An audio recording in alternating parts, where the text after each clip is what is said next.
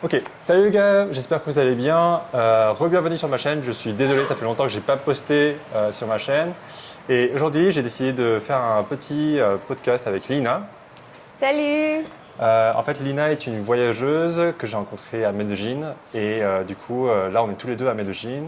Et je me suis dit que ça serait intéressant d'avoir son expérience parce que j'ai souvent parlé avec elle et je trouve qu'on a beaucoup d'expériences en commun sur le fait de pourquoi on est parti voyager. Et aussi, je reçois souvent des messages de filles qui veulent partir voyager mais qui ont peur. Et du coup, je me suis dit que ce serait intéressant d'avoir son expérience, l'expérience d'une personne qui est partie voyager pendant longtemps. Et voilà, qu'elle nous donne son avis à elle et son expérience. Voilà, du coup, cet épisode va être sous la forme d'un podcast. Cette vidéo va être un peu sous la forme d'un podcast. Et globalement, j'ai préparé quelques questions. Et voilà. Du coup, Lina, tu es une voyageuse, Ça fait combien de temps que tu voyages déjà? Ça fait à peu près 2 ans, 2 ans. bientôt Ok. 2 ans, Et du coup, tu as fait presque une année à voyager seule, 7 mois 7 mois, ok, en mode backpack. en backpack, Et solo, après, tu as atterri ici, exactement. ok, à Medellín, ça marche. Et aujourd'hui, tu es et digital nomade et danseuse aussi. Exactement. Ok. Est-ce que tu... Danseuse de bachata et zouk brésilien. Exactement. Est-ce que tu veux en dire plus sur toi ou pas? Ben, je pense que tu m'as bien présenté. Ok. Juste avant de commencer les questions qui vont rentrer plus en détail, j'ai envie que les gens en apprennent plus sur toi. Du coup, j'ai préparé quelques questions. Ok. Est-ce que tu peux nous expliquer un peu d'où tu viens et voilà. Ok, alors je suis née en France, à Paris. J'ai fait toute ma scolarité jusqu'en terminale en France. Et ensuite, je suis partie aux États-Unis d'abord et ensuite au Canada Ok. pour étudier pendant 6 ans. J'ai 26 ans, bientôt 27 lundi. Et Attention anniversaire. c'est ça.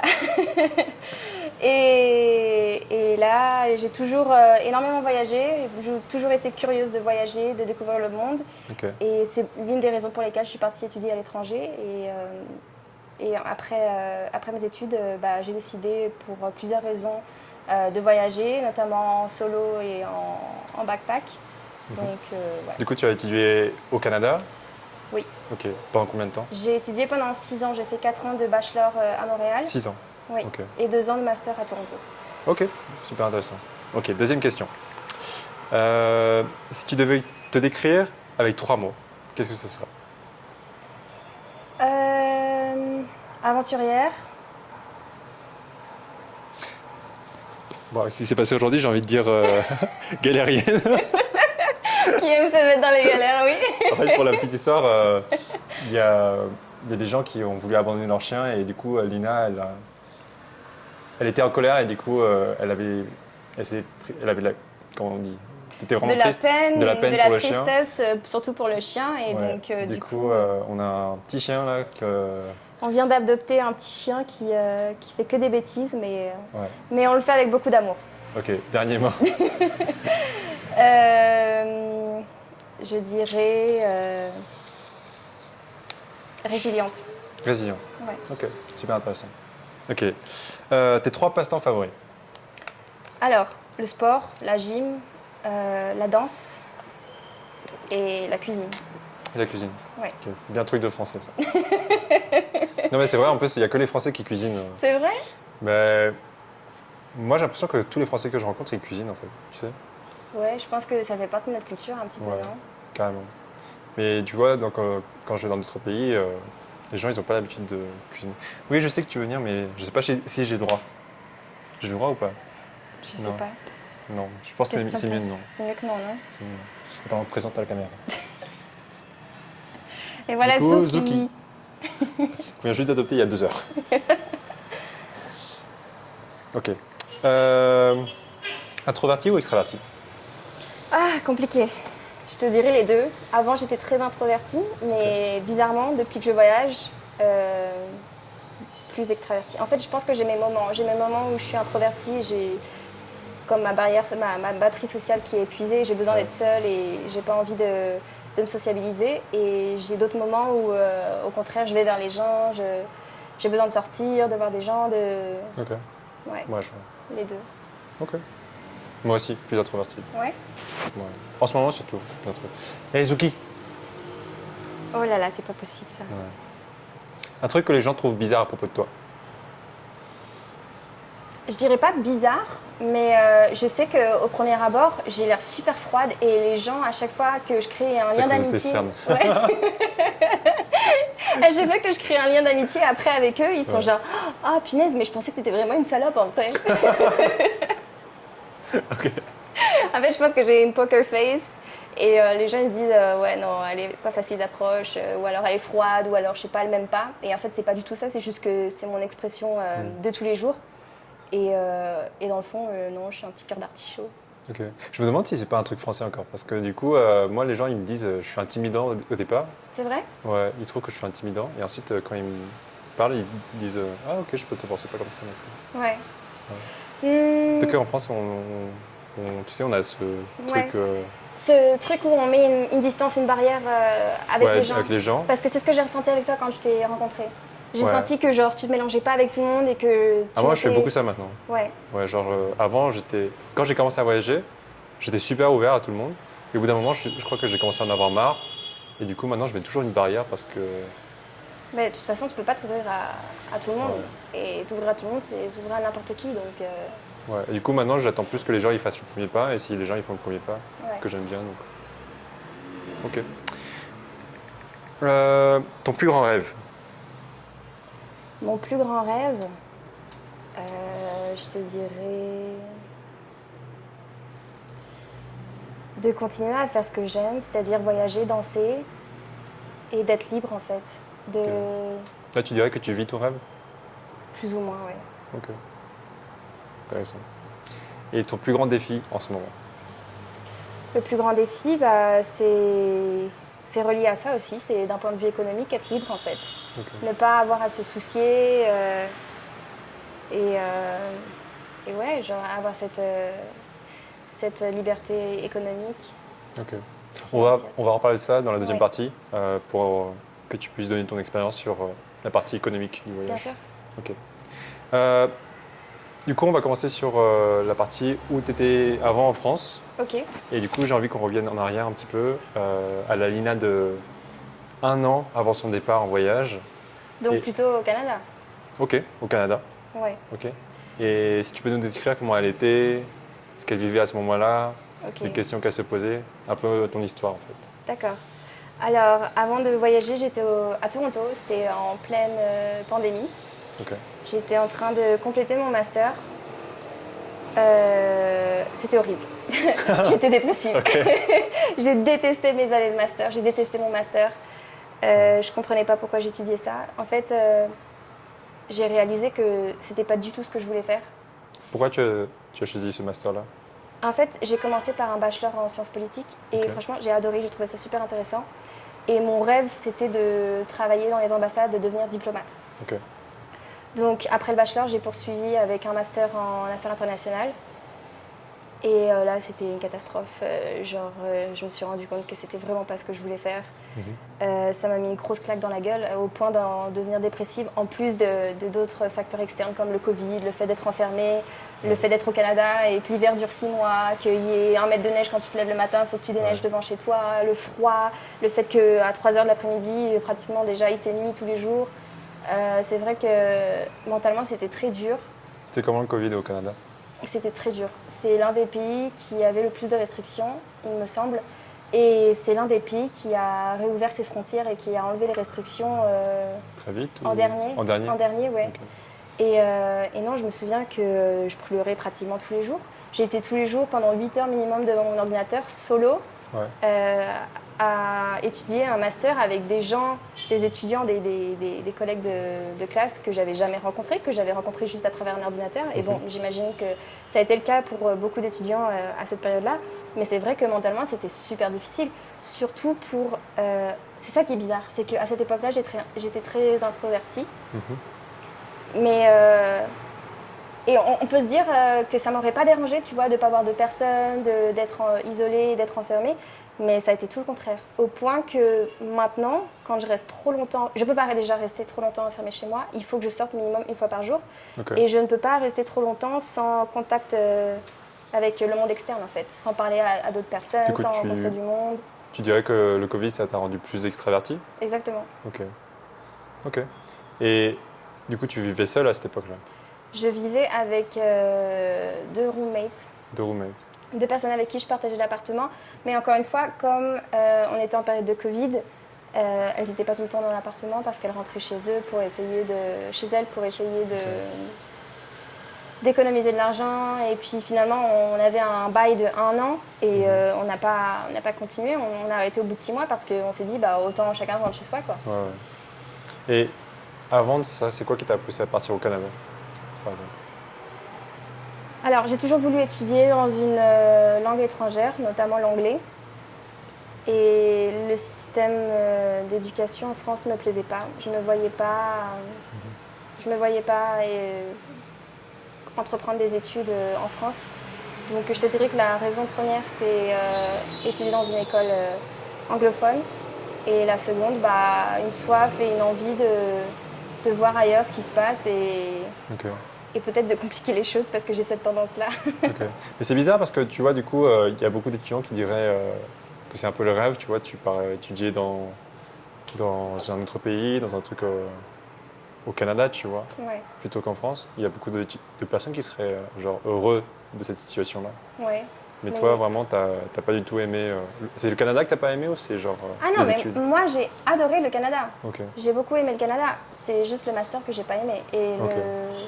le programme du master que j'ai pas aimé. Et l'environnement, le fait d'être enfermé, le fait qu'il y ait le Covid, le fait Ok. que les peurs que tu te crées. Parce que à ce moment-là, on avait tous peur de l'attraper. On avait tous peur de. Je me souviens, moi je sortais dans la rue, je mettais mon masque, je mettais mes gants. Vraiment une parano, tu vois. Ouais. Moi, je m'en foutais à cette époque-là. C'est vrai, moi au début j'avais énormément peur. Ah ouais? Ouais, Moi, mon premier confinement, il s'est bien passé parce que du coup, c'était amusant. ok. En fait, j'étais avec ma soeur, je vivais avec ma soeur et du coup, on pensait que ça allait durer genre juste 2 mois. Et en fait, et moi, je sortais d'un boulot en fait où j'avais travaillé genre à fond. Et je sortais de ce boulot-là. Du coup, pour moi, c'était genre 2 mois de vacances et 2 mois de pause, quoi. Tu vois, je jouais à la console, je me levais, Ouais. comme il n'y avait rien à faire, je foutais Ouais, là. c'est comme les enfants à qui on a dit au début, il n'y a plus d'école, ils étaient super Ouais, heureux, mais exactement. bon, j'imagine qu'au bout de 6 mois, tu commences à te faire chier, non? Je crois qu'après, ça s'est libéré en France. Du coup, on était contents. Mais du coup, la deuxième vague, Ouais. tu sais, il y a eu un reconfinement. Et moi, je me souviens, à la deuxième vague, j'étais genre, c'est bon, j'étais en déprime, quoi, tu vois. Ouais. Bon, enfin bref. Intéressant. Et du coup, c'était quoi tes aspirations à l'époque? À ce moment-là, tu vois, il y a encore un an, avant ton voyage, qu'est-ce que tu voulais faire? Qu'est-ce que tu voulais devenir? Bah justement, j'avais aucune aspiration. J'étais dépressive, j'avais Tu- envie de rien. Tes études, genre, ça te parlait plus du tout? Ça me parlait plus. Je me disais, mais merde, en fait, j'ai passé 6 ans à étudier un truc. Finalement, je me vois pas du tout faire ça. Et je me sentais pas de terminer mon master et de me trouver un travail dans ce secteur-là parce que, genre, Mhm. ça me plaisait pas. J'avais aucune envie de faire ça.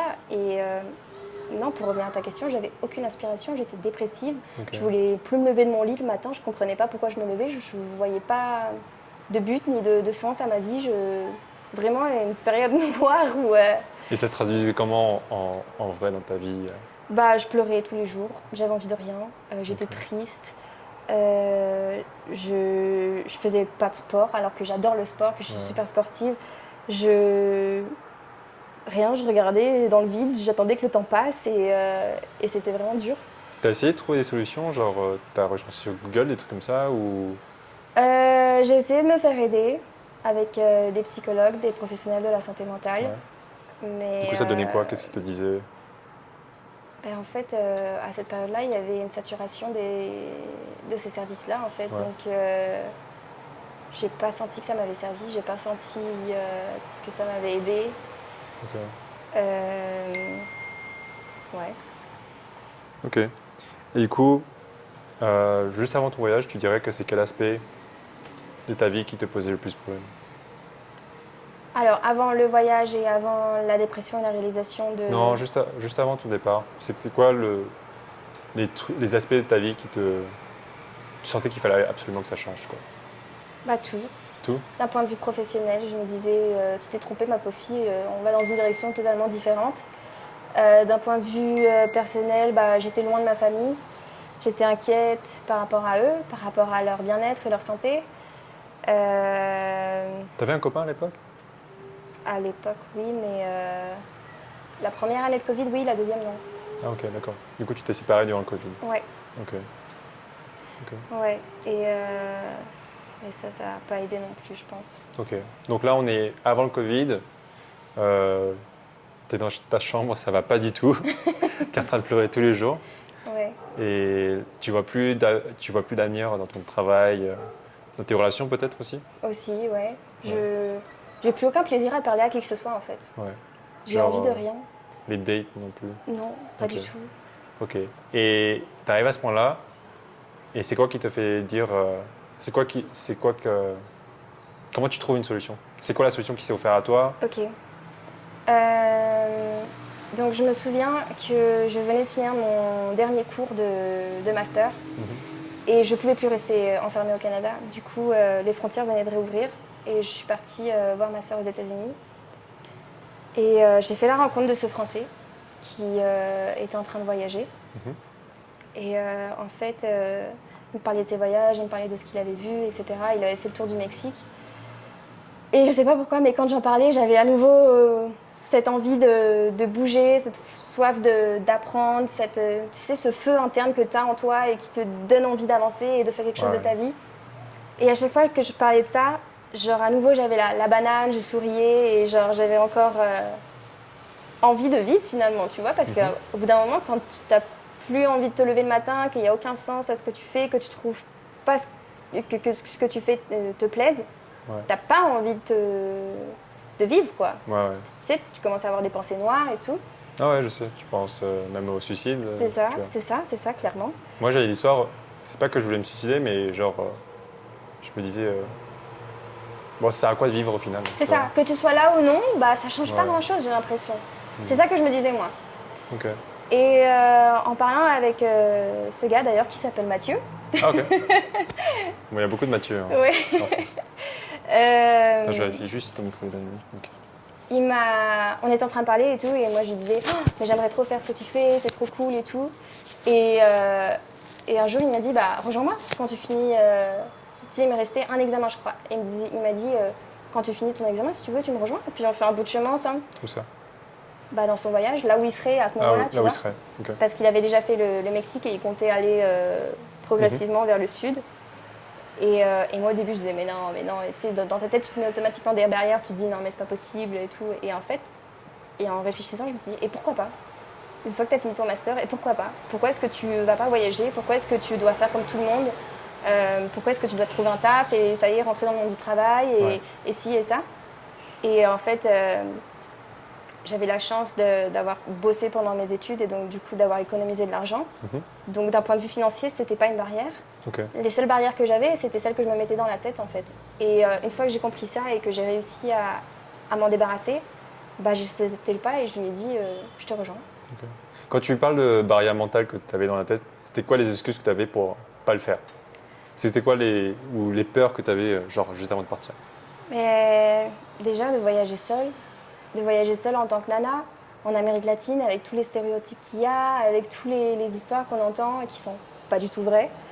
Euh, je me suis dit non, c'est mort, genre j'y vais pas en tant que nana solo. Et Ouais. puis je me disais, au début je me disais ouais bah peut-être que je commence avec Mathieu et puis qu'après je me trouve quelqu'un d'autre enfin que je demande à une amie qui me rejoint et puis comme ça on voyage ensemble et puis comme ça je serai pas seule. Et en fait tu sais quoi, au bout d'un moment je me suis dit non, ça va être trop compliqué parce que je vais devoir me calquer par rapport à quelqu'un d'autre, je vais devoir faire mes plans par rapport à quelqu'un d'autre et j'ai pas envie. J'ai envie de faire ça pour moi, j'ai envie de me faire ce cadeau-là.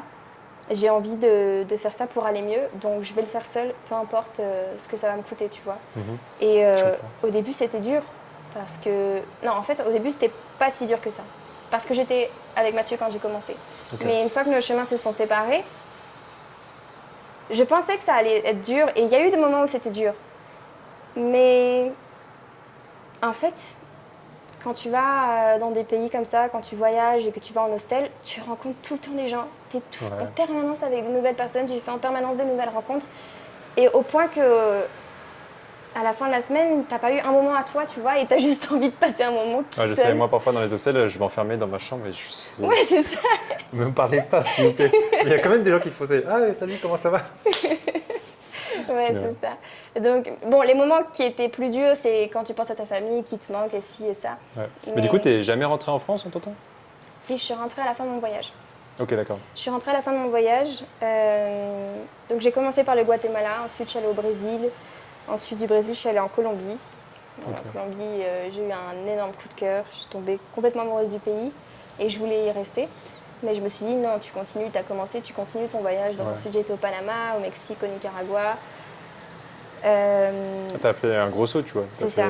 fait un retour en arrière, en fait. Ouais, mais Ouais. le problème, c'est qu'une fois que j'avais été en Colombie, je revenais sans cesse en Colombie. Par exemple, je partais 3 semaines au Panama, je revenais une semaine en Colombie. Je Ok. partais une semaine, 10 jours au Nicaragua, je revenais en Colombie. Et Ok. ouais, Pour ça, on pourra en parler après. Ouais. J'ai réservé une partie pour ça. ça marche. Ok. Bon, du coup, juste avant ton départ, du coup, Mathieu, ça a été l'élément qui a été déclencheur de ta Ouais. décision. Ok. Ouais. Et qu'est-ce que tu as fait de tes affaires que tu avais au Canada? Je les ai renvoyés En France? En France. Ok. Tu as vendu des trucs ou pas? Ouais, j'ai vendu quelques trucs que j'avais pas utilisés, comme par exemple l'équipement d'hiver, tu sais, genre les gros manteaux, les grosses Snowboard, boots, etc. ouais, les trucs comme ça que tu sais que tu vas pas réutiliser, surtout pas en Colombie. Ok. Et du coup, tu es parti juste avec un sac à dos. Je suis repartie avec un sac à dos. Qu'est-ce que tu avais en gros dans ton sac à dos, tu dirais? J'avais 2 pantalons, 3 shorts, 6 t-shirts, des sous-vêtements, Ouais. mes affaires de toilette. Genre, c'était quelque chose que tu as beaucoup préparé ou pas? Quand même, Ouais. si. Je suis quelqu'un de très organisé et j'ai besoin de structurer, de planifier. Donc je pense que ouais, ça m'a pris quand même une bonne semaine à faire la liste de tout ce dont j'avais besoin parce que j'avais pas de sac à dos, j'avais jamais voyagé en sac à dos comme En ça. backpack? Ouais. Donc j'avais besoin d'acheter un sac à dos, des compartiments, les petites bouteilles, tu sais, pour les shampoings et tout ça, pour que ça passe tranquille à la sécurité. Bon, que c'est secret, pas- achetez pas ça, ça sert à rien en fait. Je sais pas, t'es d'accord avec moi ou pas? Pourquoi ça sert à rien? Moi, ça Moi, m'a je trouve servi. Ah ouais, moi je trouve que ça sert à rien du tout. Mais comment tu fais? Mais maintenant, moi, quand j'atterris, je vais au supermarché, j'achète un shampoing. Ah oui, mais parce que t'es un mec. Toi, tu prends n'importe quel Ah oui, c'est shampoing vrai, c'est vrai. et ça te va. voilà. Bon, ça, c'est pour ça qu'on, tu vois, il y a des Je suis une spécificités. fille, j'ai une skincare, j'ai... Ouais. Moi, je prends un savon, le premier qui arrive, et je m'en fous, Ah je oui, j'utilise non, pour les je deux. ne peux pas faire ça. Ok, bon, vous voyez les gars, Oui, c'est pour mais- ça que j'interviewe une femme, parce que voyager en tant que femme, c'est différent. Mais ouais, ok. Et ok, juste avant qu'on aborde ce thème-là du voyage, tu l'as annoncé à ta famille que tu allais partir voyager en Amérique du Sud? Oui. Ok, comment ils l'ont pris? J'ai eu des réactions mitigées. Ok. Ma mère, elle était super contente parce que elle voyait que j'étais malheureuse, elle voyait que j'allais pas bien et elle s'est dit honnêtement, si c'est une manière pour toi d'aller mieux, fais-le. Je suis contente pour toi et je te soutiens. Non, merci. Mon père était un peu plus inquiet et un peu plus réticent à l'idée que je parte toute seule en Amérique latine. Ouais, c'était quoi ces a priori? Ouais, À cause des a priori? oui, à cause des Ok. a priori, du fait que c'est quand même insécure. Mais j'ai la pas chance sécurisé. d'avoir j'ai la chance d'avoir des parents qui me soutiennent et qui sont compréhensibles. Ok, intéressant. Bon, du coup, on peut passer à la partie un peu voyage solo. Oui. Quand tu as décidé de partir voyager, du coup, tu as commencé avec Mathieu. Mais est-ce qu'à un moment, tu t'attendais à être seul? Ou est-ce que tu savais dès le départ que tu allais partir et que tu allais voyager seul? Je te dirais la première option. Je savais que je commence avec Mathieu et je savais que j'allais me retrouver seule au bout d'un moment et je redoutais ce moment-là. Mais je me suis dit, tu sais quoi, c'est pas grave, on y va, on voit jour par jour comment ça se passe. Tu vas pas planifier partir avec Mathieu 2 semaines et puis te dire, bon, bah, dans 3 semaines, il faut que je trouve quelqu'un d'autre pour voyager et ci et ça. Je me suis dit, non, je pars avec Mathieu le temps qu'on aura prévu de partir ensemble et ensuite, on verra. Ok. C'est quoi ce que tu t'es dit le premier jour de ton départ? Enfin, Enfin? enfin. Ok. T'as pas eu de peur ou- Tu sais, t'as ce petit stress, cette petite boule au ventre, mais c'est pas quelque chose de pesant et de paralysant. C'est quelque chose qui te fait genre, qui t'excite, mais qui en même temps te dit, qui te fait peur, mais c'est pas quelque chose de négatif. Ok. Moi, je crois que c'est l'un de mes meilleurs souvenirs. Genre, je me souviens encore, c'était encore le Covid, tu vois. Du coup, il y avait personne à l'aéroport. J'étais vraiment tout seul. Et je me souviens encore de chaque allée que je traversais et tout. Et je me souviens même des gardes de la sécurité. Tu sais, à l'aéroport, normalement, les gens, ils sont désagréables. Tu sais, ils te disent passez, passez, passez, ceinture, chaussures. Ouais, Mais là, ils m'ont tapé la discute. ouais. J'étais waouh, putain. Les pauvres, ils avaient tellement pas Ouais, l'habitude de voir des gens. il y avait personne. Eux aussi, ils avaient besoin de Ils ont contact fait, humain. ouais, ils ont fait comment ça va, vous partez où, etc. Ouais. J'ai fait putain, c'est un bon début de voyage. Ouais. Et ouais, je me souviens. Ouais, c'était super cool. Et qu'est-ce que je veux dire? Ok. Du coup, tu pars avec Mathieu. Est-ce que tu peux nous parler un peu de ton itinéraire, ce que tu avais prévu au départ, ou est-ce que tu n'avais rien du tout prévu? Alors, je savais que je commençais par le Guatemala parce qu'on avait prévu de se rejoindre là-bas. Ok. Mais après, honnêtement, c'était freestyle. J'avais quelques idées de pays en tête que je voulais absolument faire. Mais après, l'ordre, je cherchais pas à faire un truc logique, je cherchais pas à faire un itinéraire précis. Honnêtement, je voulais y aller avec le flow. Je voulais pas me contraindre. Je sais pas si ça se dit contraindre. Avec le en flow? français. Me contraindre. Me contraindre. C'est bon, Je tu ne parles voulais pas. 3 langues. C'est ça. Je voulais pas me contraindre à me dire tu suis cet itinéraire et puis je sais pas en fait si au bout d'un moment tu rencontres des gens et que eux ils te proposent d'aller quelque part et que tu peux pas parce que tu es bloqué parce que tu as déjà ton itinéraire, je voulais pas que ça m'arrive, du coup Ok. je l'ai fait avec le flow. Du coup, tu as fait l'Amérique du Sud. Est-ce qu'il y avait une partie de toi qui voulait visiter d'autres pays ou c'était vraiment l'Amérique du Sud, genre parce que Mathieu ou parce que c'était vraiment tu avais envie de découvrir la culture? Je pense que Mathieu a beaucoup influencé sur ça et ça m'a arrangé parce que c'était proche du Canada. Ouais. Ok. Ok. C'était plus proche que l'Asie par exemple. Ok. Parce que l'Asie, c'est aussi une partie du monde que j'aurais voulu Visiter. visiter et voyager comme ça en sac à dos. Et je pense que c'est quelque chose que je ferai dans quelques années. Ouais, tu sais quoi, moi, je sais pas si je ferai l'Asie en Sac à dos. Ouais. Autant, tu sais, ici, quand tu voyages en backpack, il y a quand même cet aspect un peu aventure, etc. Ouais. Mais je trouve qu'en Asie, tous les backpackers que j'ai rencontrés, genre, c'est en mode soirée, faire la fête et c'est tout, quoi, tu vois. Mais ça dépend avec qui tu t'entoures, non? Parce que ici aussi, en Colombie, Ouais, t'inquiète pas, j'en ai trouvé ouais, des je sais, pétards. c'est comme ça aussi. Mais il y a quand même cet aspect où tu sais, tu vas faire de la randonnée, tout Ouais, machin. un peu plus culturel, un peu plus culturel, découverte. un peu plus découverte. Mais alors, là-bas, c'est vraiment axé soirée, plage, bon, plongée, etc. Mais c'est vraiment axé sur la fête, quoi. Tu Ok. vois. Ouais. Du coup, moi, là-bas, je sais pas si je le ferais encore en mode backpack, par exemple. Mais ouais. Et après le Guatemala, du coup, comment est-ce que tu as choisi tes destinations? Est-ce que c'était en fonction de Mathieu encore ou est-ce que quand tu t'es retrouvé seul, comment est-ce que tu as avancé? Alors, après le Guatemala, pendant que j'étais au Guatemala, Mathieu me disait qu'il avait pour but de rejoindre un ami à lui qu'il avait rencontré dans un des voyages qu'il avait fait en Thaïlande avant, il me semble. Et il m'a proposé de les rejoindre et j'ai dit oui, pourquoi pas. En Thaïlande? Non, au Brésil. Ah, au Brésil, ok. Donc Mathieu et moi, on est allés au Brésil et on a rejoint ce fameux ami Alex. Non, c'est que ça me fait penser à ce que tu m'as dit. Tu sais, l'Asie, c'est très fête, axé sur la fête, et Alex, c'est très axé sur la fête aussi. Ok. Mais je crois que tu sais, comment ça s'est passé pour toi les premiers mois de voyage? Qu'est-ce que tu as fait? Je faisais beaucoup Parce que de... moi, mes premiers mois de voyage, mes 3 premiers mois de voyage, je sais que je fais juste picoler, faire la fête, Ah bon? ouais, et visiter des trucs. Mais c'était vraiment axé fête. Non, moi, le premier mois au Guatemala, c'était découverte. Ok. Visite, découverte. J'ai fait l'ascension de la Catenango, une fois où j'ai cru mourir. Tu vois? C'était ma première grosse randonnée. Ok. Mais par contre, quand je suis arrivée au Brésil, là c'était la débandade. Ah ouais? Alors là, ouais. Et en plus, on était en période de carnaval. Du coup, on commençait à 6h, on finissait à 8h du matin le lendemain. Et ça pendant une semaine. Ouais, ok. À 18h du coup, à 18h. Exactement. Ok. Non, ça, je m'en souviendrai toute ma vie. Ok. Waouh. Ouais. Non mais en fait, j'étais arrivé au Mexique moi. Et en fait, je suis allé à Puerto Escondido. Ouais. Et je suis tombé dans un hostel et je suis tombé sur des amis qui étaient un peu fêtards aussi. Ok. Et du coup,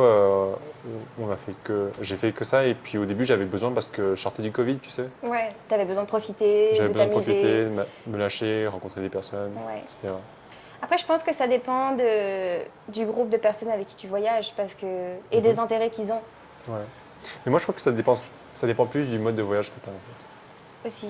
Genre les backpackers, c'est un peu plus axé comme ça. Tu sais, genre plus fête, etc. Ok. Mais tu vois, par exemple, maintenant on est digital nomade, c'est moins fête, tu sais, c'est plus. Bon, nous c'est dense, mais, Ouais, euh, mais c'est plus. mais tu vois, on est en train de travailler quoi. Oui, Genre on se retrouve un pour peu plus focus. un peu plus focus travail, tu sais, Ouais. le développement. Ouais. Je crois que ça dépend du mode de voyage aussi. Non? Qu'est-ce que tu en penses?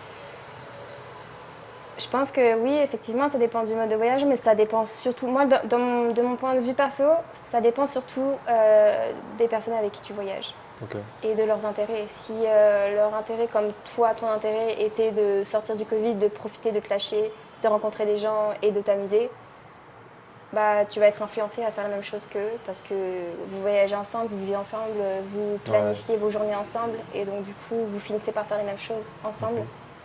Alors que si tu es avec un groupe de personnes qui sont là vraiment pour, je sais pas, faire des randonnées, découvrir le plus de paysages possible, bah tu seras plus axé à faire ça quoi.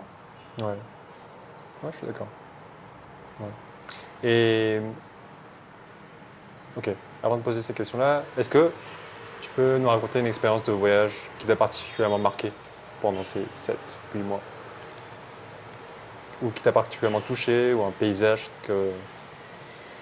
Hum, je te dirais quand tu es arrivé au Guatemala et que je crois qu'il y avait 2 heures ou 1 heure de décalage horaire.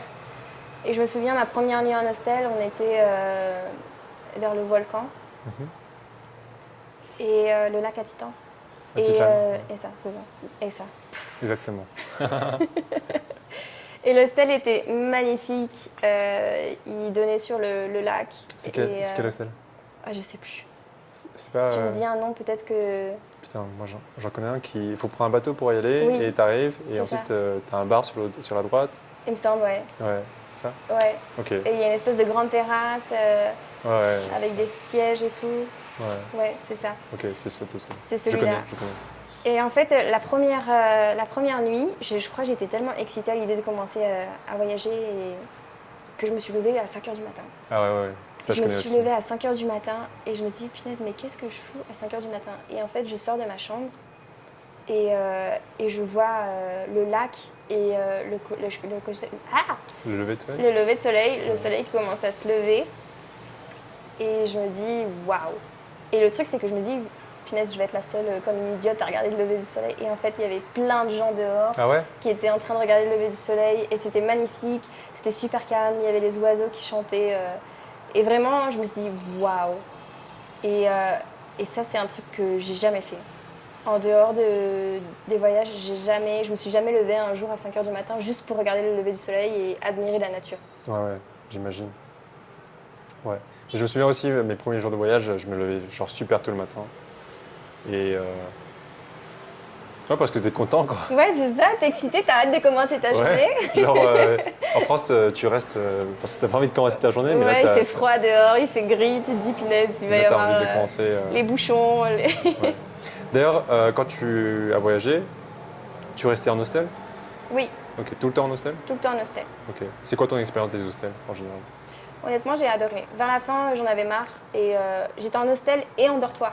Ouais. Donc, ça veut dire que je partageais ma chambre avec plusieurs personnes.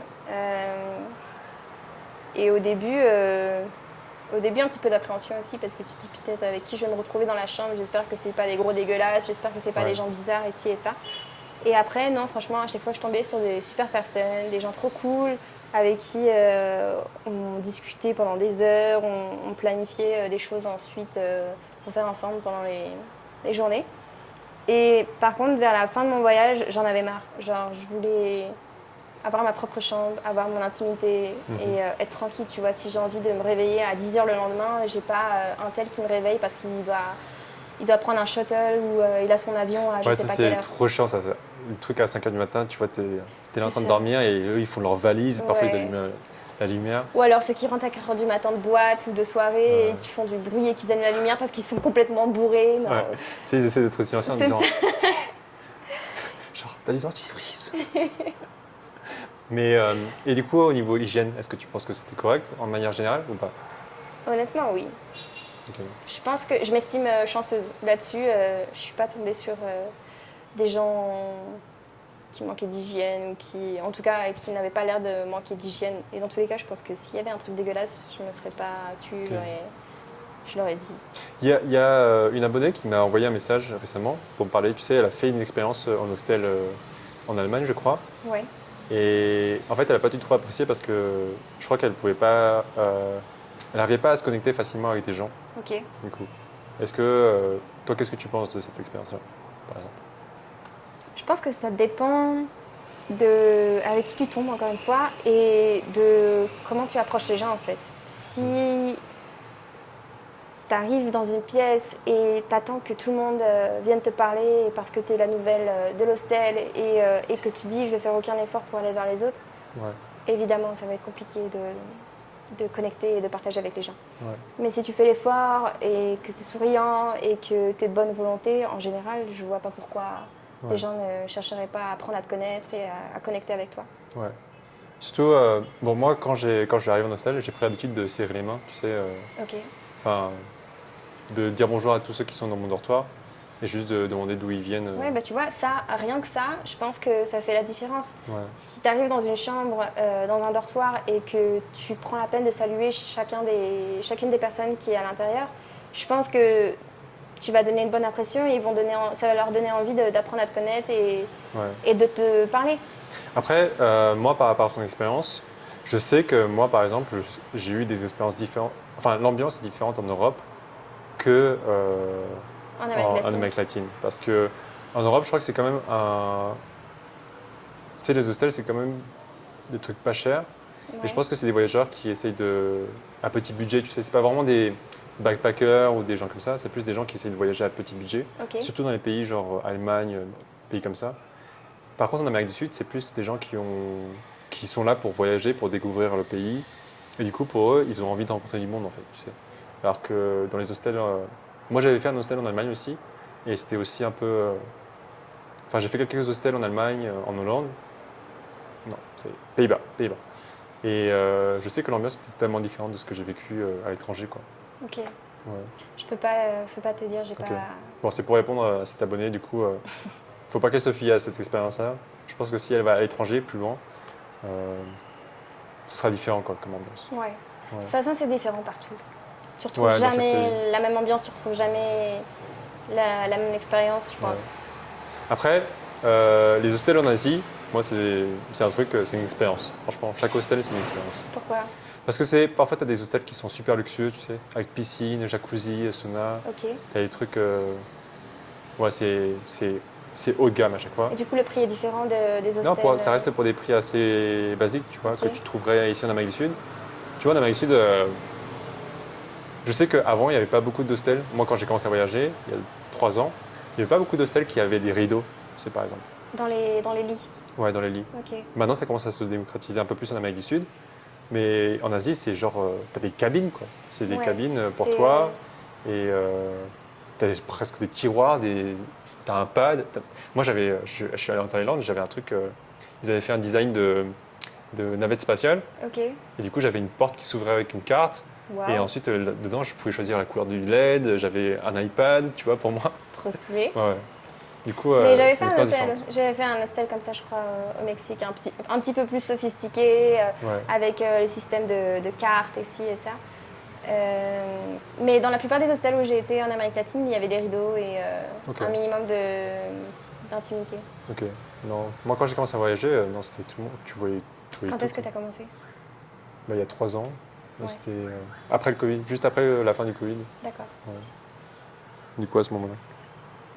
Euh, ok. Du coup, ah oui, ok.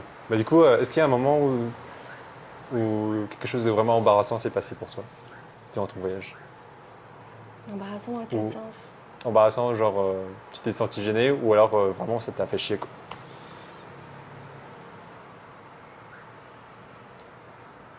Euh,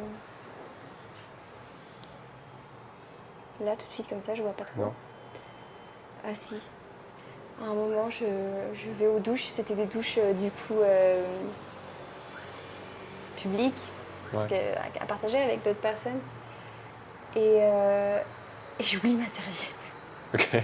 J'ai oublié de prendre ma serviette en pensant que je suis chez moi, tranquille à la maison, et que c'est pas grave, je peux me balader toute nue pour aller changer une serviette dans le placard. Et du coup, j'ai demandé à quelqu'un qui travaillait dans l'hostel de me ramener une serviette et Ok. je sais pas, je me suis sentie Ok. mal à l'aise. Ok. Ça marche. C'est plus drôle que. Ouais, c'est plus drôle. Ok. Euh, du coup, est-ce que tu dirais que le voyage en solo, ça t'a transformé? Est-ce que ça a eu beaucoup d'impact sur toi? Énormément. Ok. Et dans quel sens du coup? Ça a eu énormément d'impact dans le sens où déjà ça m'a permis d'aller beaucoup mieux mentalement, d'aller beaucoup mieux physiquement aussi parce que 2 ans en pandémie à rester assise derrière un ordinateur, à faire aucune activité physique et Si tu veux, on peut allumer la lumière. ouais. On la reprend la question?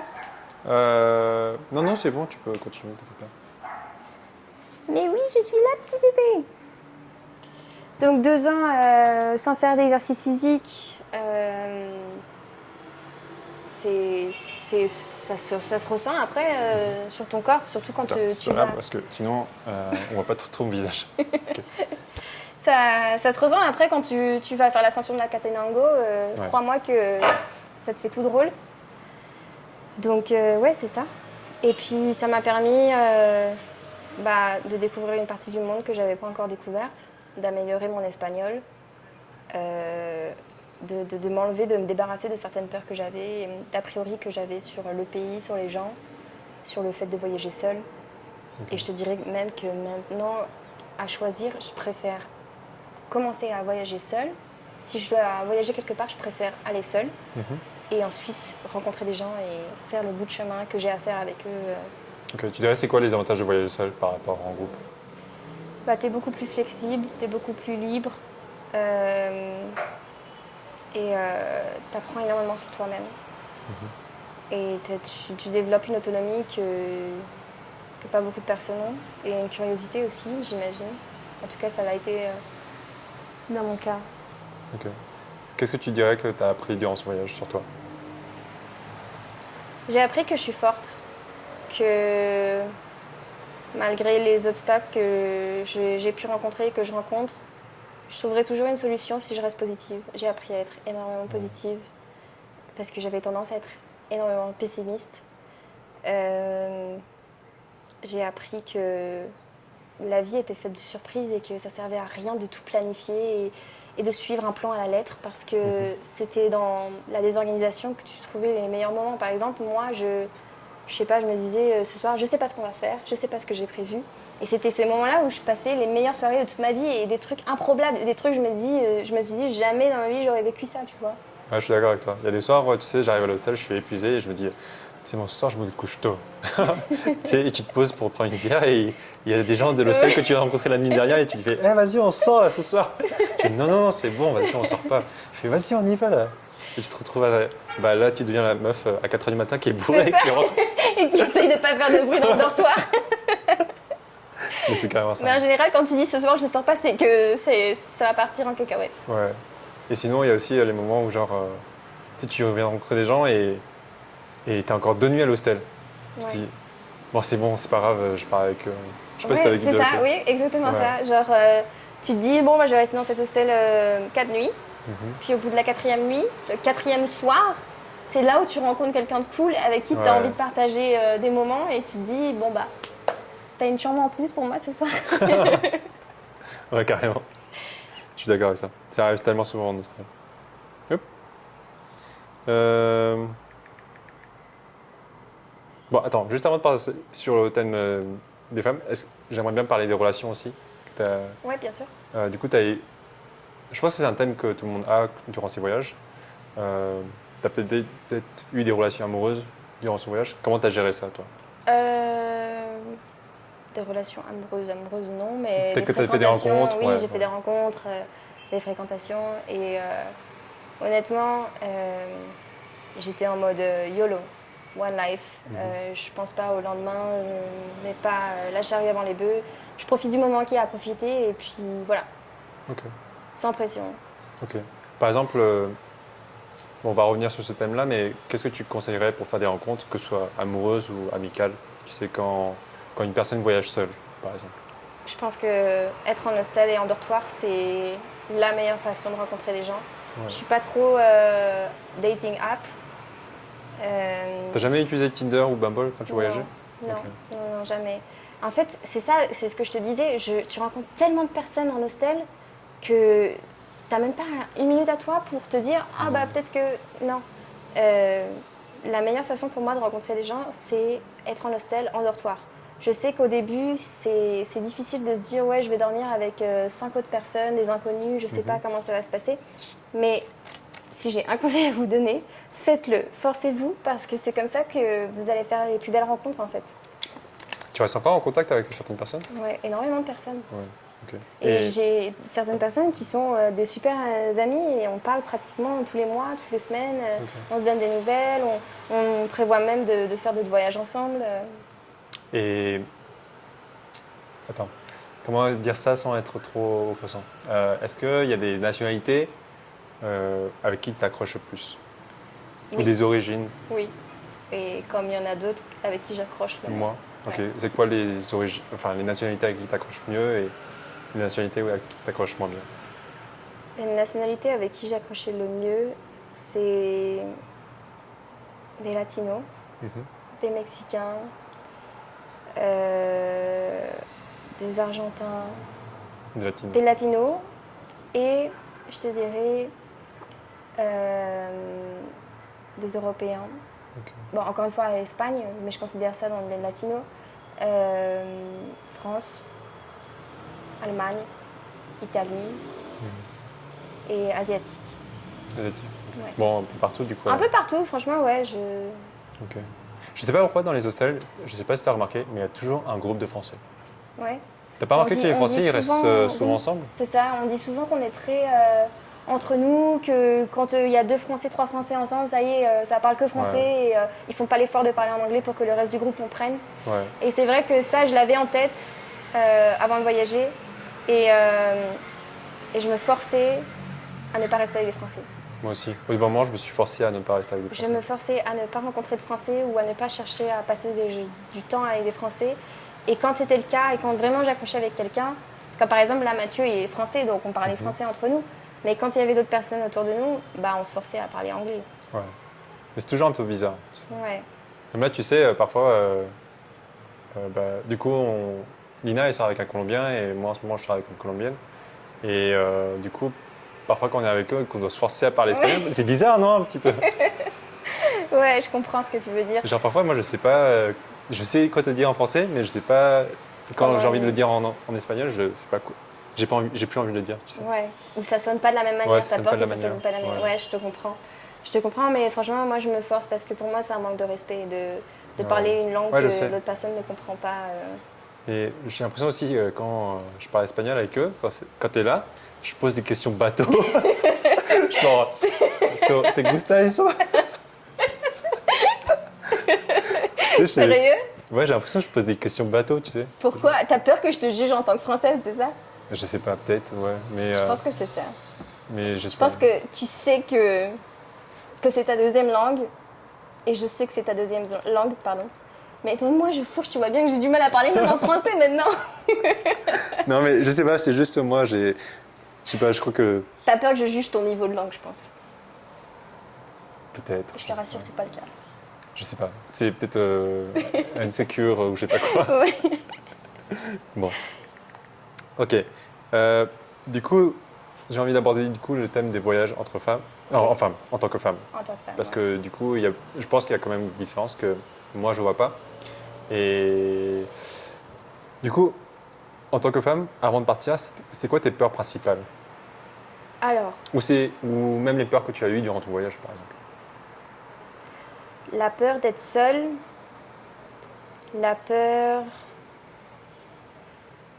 Honnêtement, seulement ça. La La peur peur d'être d'être seul. seule et peut-être... en fait, c'est relié. De me dire que... bah, par exemple, moi, je voyageais avant beaucoup avec ma sœur. Et je savais qu'en cas de problème, elle était là et que j'avais pas à me soucier plus que ça, tu vois. Mais quand t'es seule, enfin, tu fais plus attention, t'es plus alerte. Par exemple, tu te dis pas, ouais, ce soir, je vais me torcher la gueule et peu Ouais. importe ce qui va se passer, tu vois. Tu sais que t'es seule, tu sais qu'il faut que tu sois un responsable Ouais. et tu peux profiter, tu peux t'amuser, mais en ayant des limites.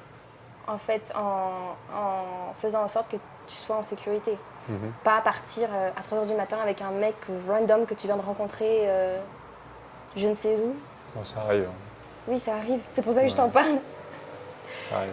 Parce Ok. que plusieurs fois, je me suis retrouvée dans une situation où j'ai dû remettre, remettre les idées en place à une personne en lui disant non, ça, tu le fais pas par contre. Ça, Ok. non. Ok. Et du coup, c'est quoi la réalité en fait? Est-ce que tu penses que voyager en tant que femme, c'est dangereux ou pas? Bien sûr que c'est dangereux, mais c'est dangereux comme traverser la route demain à 4 h de l'après-midi, je te dirais. Mhm. La vie, elle est faite de plein de dangers et ça dépend juste de quel danger tu es prêt à prendre en fait.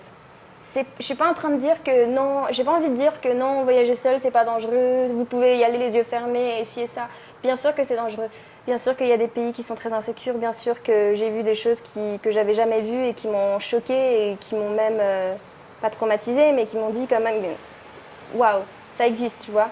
Mhm. Donc j'ai pas envie de dire non, les filles, voyager, il n'y a aucun problème, il va rien vous arriver. Il faut rester alerte, il faut rester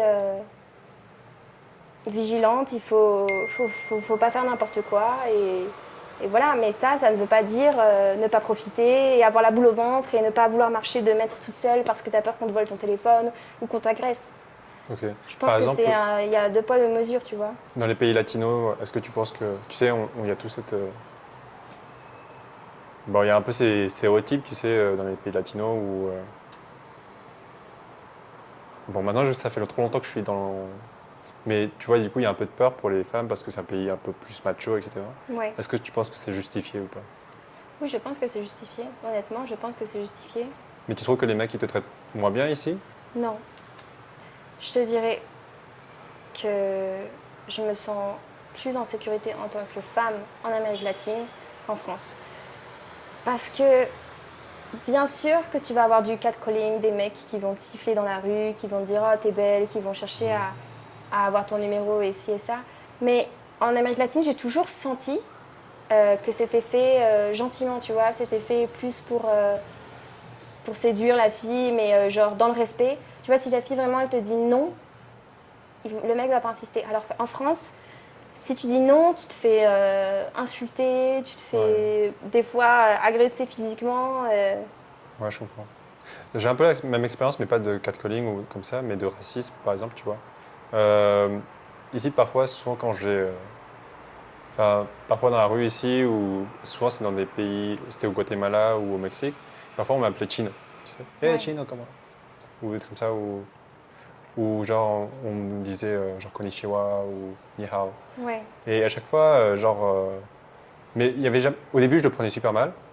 Et au bout d'un moment, j'ai commencé à réaliser qu'en fait, dès que tu commences à parler avec ces gens-là, en fait, ils te disent, hey, en fait, ils sont curieux de toi, en fait, Oui. tu sais.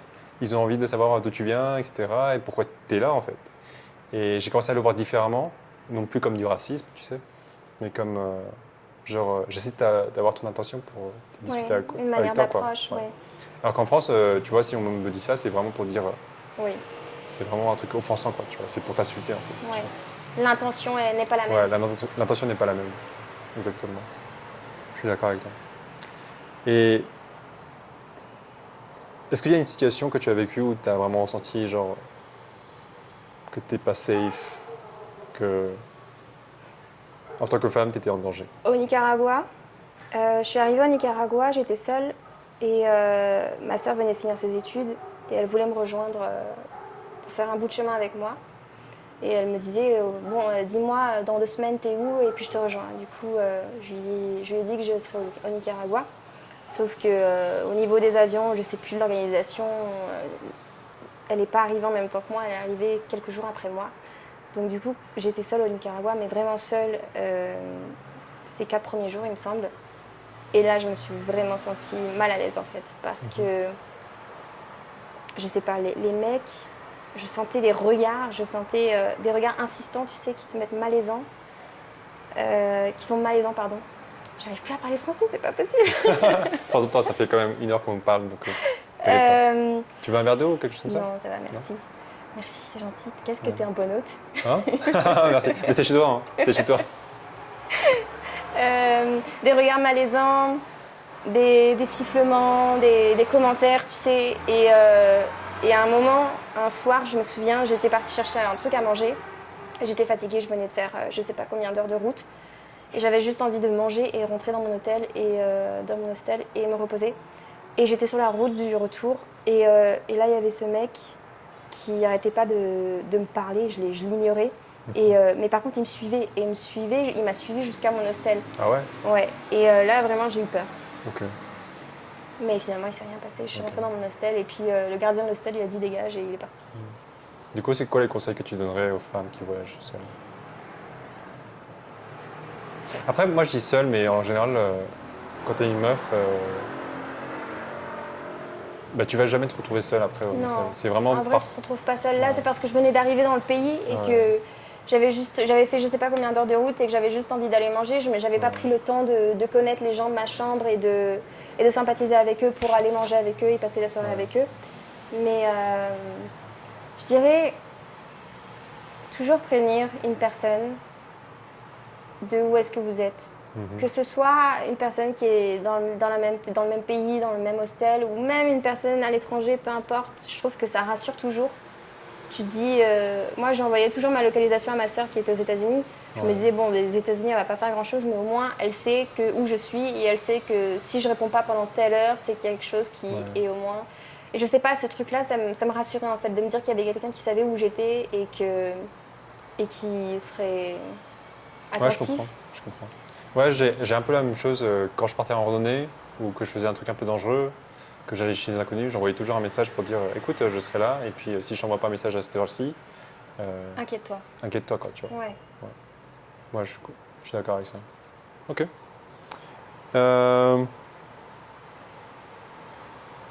Ok. Tout à l'heure, on a parlé des trucs, genre des différences. Tu sais, moi, genre par exemple, j'achète pas de shampoing désormais ou de savon, tu sais, quand je pars en voyage. Oui. Parce que en fait, j'ai vu que tu peux juste arriver dans le pays et en fait, Ce dont t'as tous les besoin. produits que tu as en France, tu vois, tu peux les retrouver en fait presque. Non, je suis pas d'accord. Hein, Bon, voilà, c'est pour ça. Donc, en fait, ok, pour les femmes, c'est quoi les conseils que tu donnerais par rapport à l'équipement? Parce que je sais que pour nous, les mecs, c'est peut-être un peu plus facile, mais est-ce que pour les femmes, il y a des trucs particuliers que toi, tu n'avais pas pensé à ça, et au final, au bout d'un certain temps, dans le voyage, tu as pensé à ça?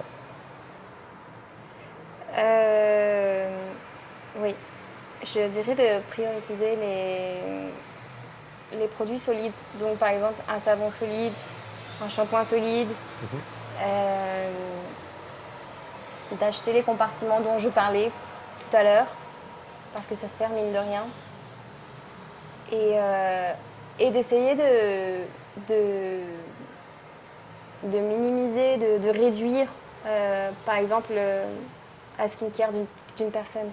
Par exemple, moi, je sais qu'au Canada, quand j'ai étudié et que j'habitais là-bas, j'avais au moins 5 produits, 6 produits que je mettais tous les jours sur ma fesse. Sur ma fesse. Ok, Sur stop. ma fesse.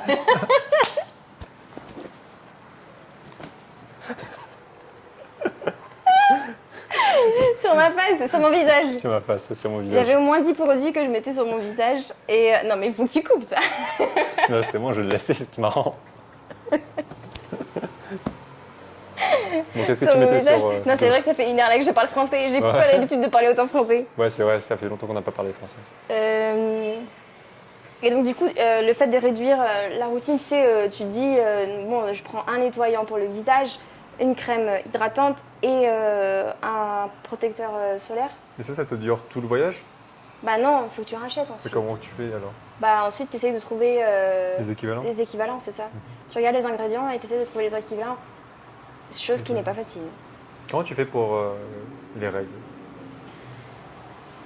Bah, comme toujours, j'utilise des Tampon. protections et puis voilà.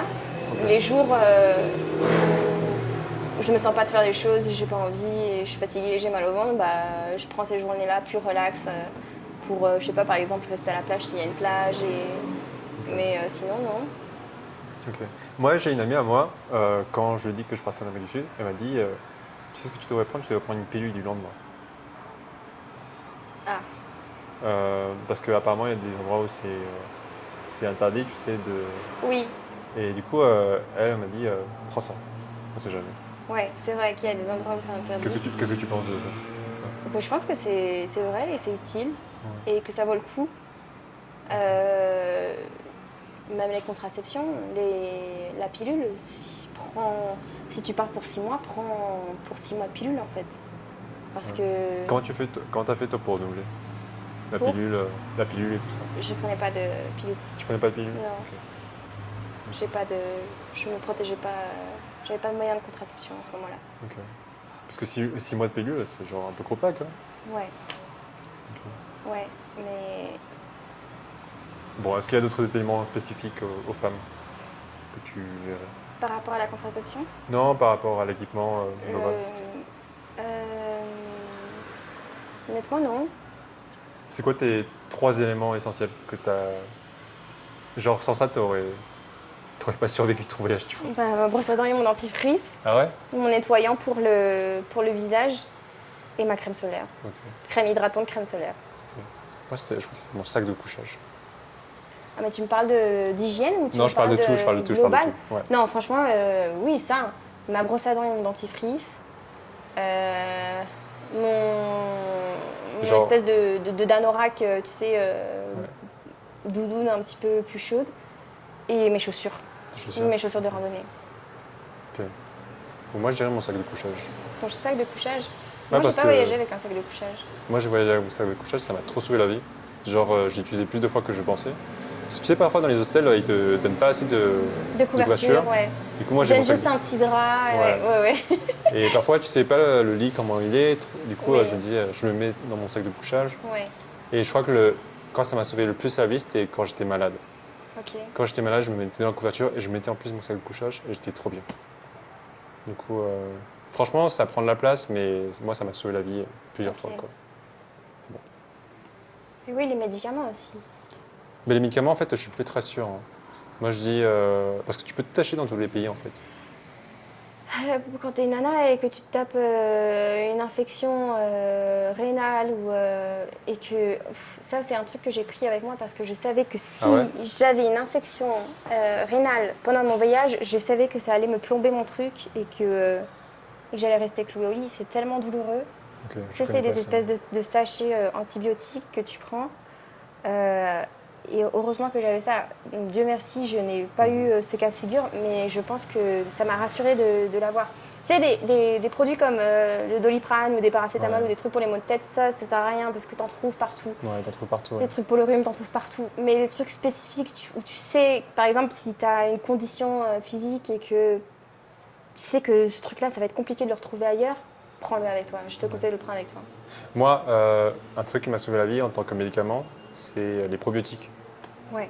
Ça, franchement, dès que j'avais un problème, j'arrivais dans un pays, je sentais que j'avais une diarrhée qui commence, je prenais ça pendant une journée ou deux, et paf, ça se réglait tout seul. Ok.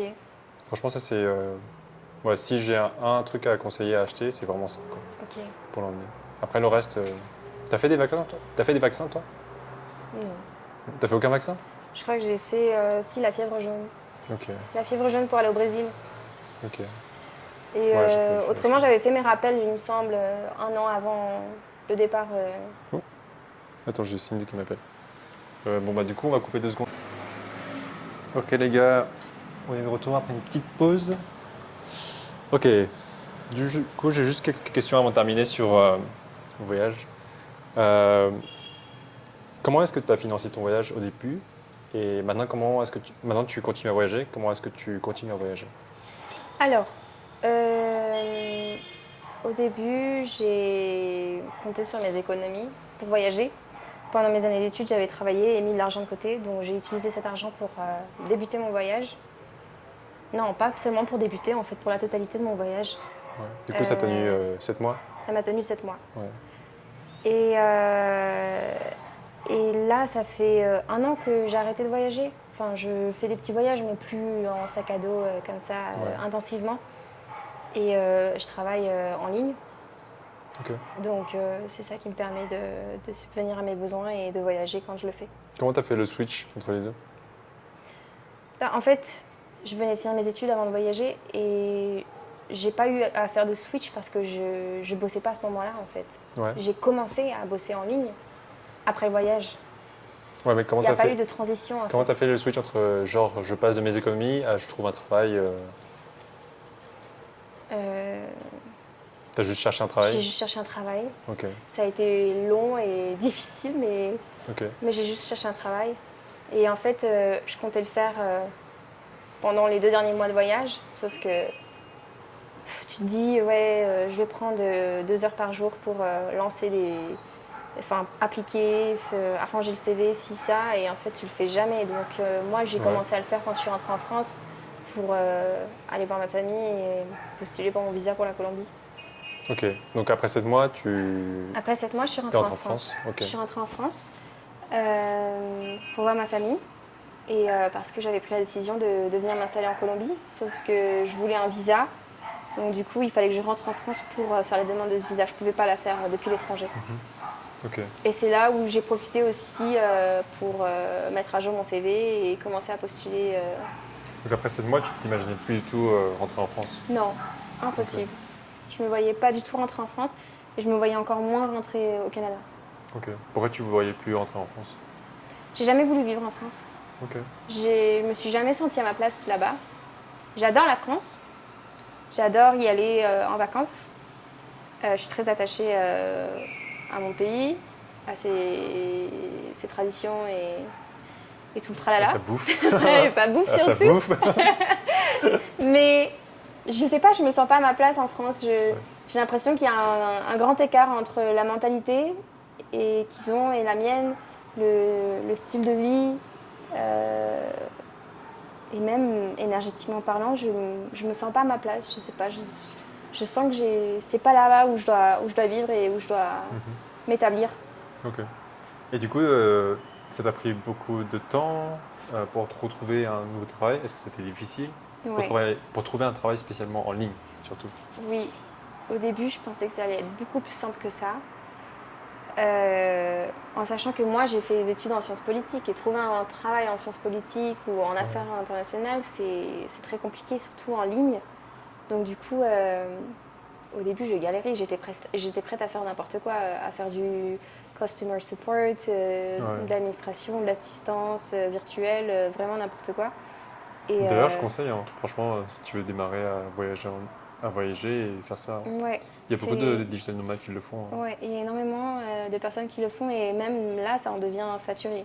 Ouais. Moi, ma Il y pote, a trop de personnes qui le font justement. ouais, ma pote qui est, j'ai dit, elle est française et elle vit à Santa Marta là. Oui, Elle est service client, genre pour une boîte de voyage ou je sais pas quoi, et elle fait juste répondre à la messagerie. c'est ça. Ouais, franchement, Ouais. c'est l'idéal en fait. Ok. Ça prend pas beaucoup de temps, ça. Du coup, toi, t'as trouvé un travail après combien de temps à peu près? Au bout de 7 mois.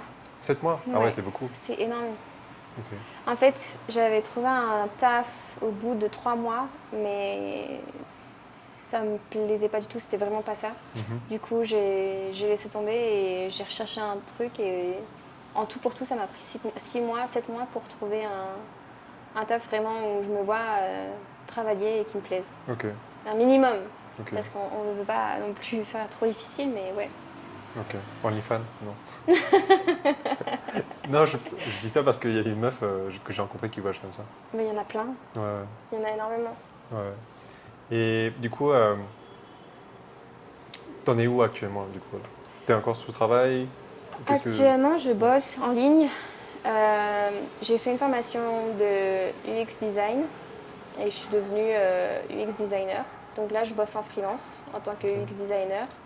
Et à côté de ça, j'ai d'autres projets immobiliers, d'autres projets artistiques. Ok. Voilà. Tu dirais que c'est quoi un bon budget pour vivre, par exemple, déjà pour vivre, pour voyager en tant que backpacker, mais ensuite pour vivre en tant que digital nomade, par exemple à Medellín ici. Alors, pour voyager en tant que backpacker, je te dirais que ça dépend de où est-ce que tu voyages. Parce que le coût de la vie n'est pas le même dans tous les pays. Et aussi de comment est-ce que tu veux voyager. Est-ce que tu veux voyager et dormir en hostel, en dortoir, où la nuit te coûte entre 16 et 30 balles, ou en hôtel, où la nuit te coûte entre... Prenons un budget backpacker environ. Toi, par exemple, tu as dépensé combien par mois? Plus ou moins, je dépensais 1 500 € par mois. Ah ouais, c'est beaucoup. Ouais, Tu dépensais beaucoup. Tu te ouais, laisses- mais je faisais beaucoup de choses. Ouais, Et je cuisinais pas beaucoup, je mangeais beaucoup dehors. ok. Putain, 1500 euros, moi c'était. Ouais, ok. Les premiers mois de voyage, j'ai dépensé 1500 euros. Comme ça. Au début, Après- je me suis dit 1200. 1000, Ouais. 1200 max. Et à la fin, quand tu fais les soirées, quand tu bois et ci Ouais. et ça. Mais en fait, je n'utilisais pas 1500 € tous les mois. Ça dépendait, encore une fois, de ce que je faisais et de où est-ce que j'étais. Par exemple, je sais qu'au Brésil, j'ai utilisé beaucoup plus qu'au Guatemala. Ah ouais, bien sûr. Ok. C'était quoi les postes de dépenses où tu dépensais le plus d'argent? Les logements, la bouffe et Ok. les activités. Les activités. Ok. Moi, je crois que c'était les activités surtout. Ouais. Les activités, je pense que c'est ce qui coûte le plus cher. Ouais, c'est ce qui plombe le budget, je pense. Mhm. Et au bout d'un moment, je me suis limité à 30 euros par jour Ok. pour tout, tu vois. Et ça faisait 900 euros par mois. Ouais. C'est pas mal déjà. Ouais, 200 euros par mois, c'est pas mal. Mais par contre, si tu vas en Asie, c'est beaucoup moins cher. Ouais. Le budget, il est à 600 euros, quoi, tu vois. Mais on m'a dit que ça avait augmenté depuis quelques années. Je sais pas, moi, je trouvais des chambres, moi, à 300 euros, quoi. Enfin, des chambres qui sont plutôt pas mal, non? Genre, qui sont plus haut de gamme que ici, par exemple. Ok. Ouais. À 300 € le mois. 300 euros le mois, ouais. C'est C'est super. genre chambre de luxe ici, quoi, tu vois. Ok. Du coup, ouais, si vous avez un petit budget, allez plutôt en Asie, moi, je dirais. En Amérique Mais- latine aussi, non? Non, C'est l'Amérique que c'est latine, plus c'est le cher. double, hein. C'est vrai? Ouais, ici, je paye le double de ce que je paye en Asie. Ok. Enfin, le double. Peut-être quand même pas, mais tu vois. Mais je sais qu'en Asie, je vis super bien avec le budget qu'ici. Ici, je suis en train de. Je réfléchis un petit peu, tu vois, avant de faire des activités, tu vois. Je peux pas sortir tous les week-ends. Ouais. Ouais, là-bas, c'est genre. Je dépense comme je veux, quoi. Ok. Ouais. Donc bon. Sans trop réfléchir. Ouais, sans trop réfléchir. D'accord. Après, c'est dans certains pays, hein, genre le Vietnam, Thaïlande. Les Philippines, c'est un peu plus cher, par exemple. Ok. La Bali aussi, non? J'ai jamais été à Bali. En Indonésie. Ouais, faut que j'aille à Bali. Pour le zouk. Ok. Du coup, t'es rentré en France Je suis rentrée en France. et à ce moment-là, tu t'es dit, il faut que je retourne en Colombie. Et Avant même de rentrer en France, je me suis dit, Ah ouais je rentre en Colombie, je retourne en Colombie. Ok. Bon, qu'est-ce qui t'a poussé à venir vivre ici et pourquoi, du coup?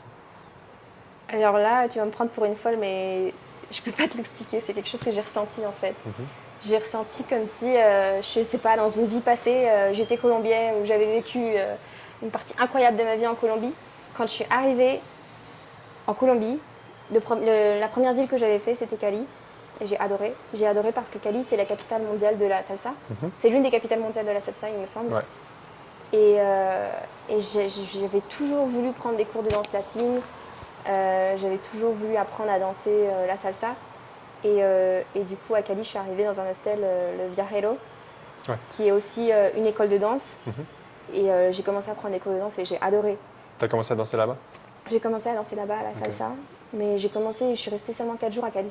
Ok, d'accord. Et ensuite, je suis arrivée à Medellín. Et là, T'as commencé avec quoi, la salsa aussi?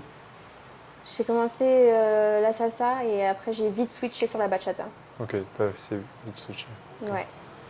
Et je suis tombée amoureuse de Medellín. Vraiment. Mais littéralement, C'est quoi les plus de Medellín, tu dirais? le climat, c'est la ville du printemps éternel. Donc ça veut dire qu'il fait toujours beau, mais pas trop chaud.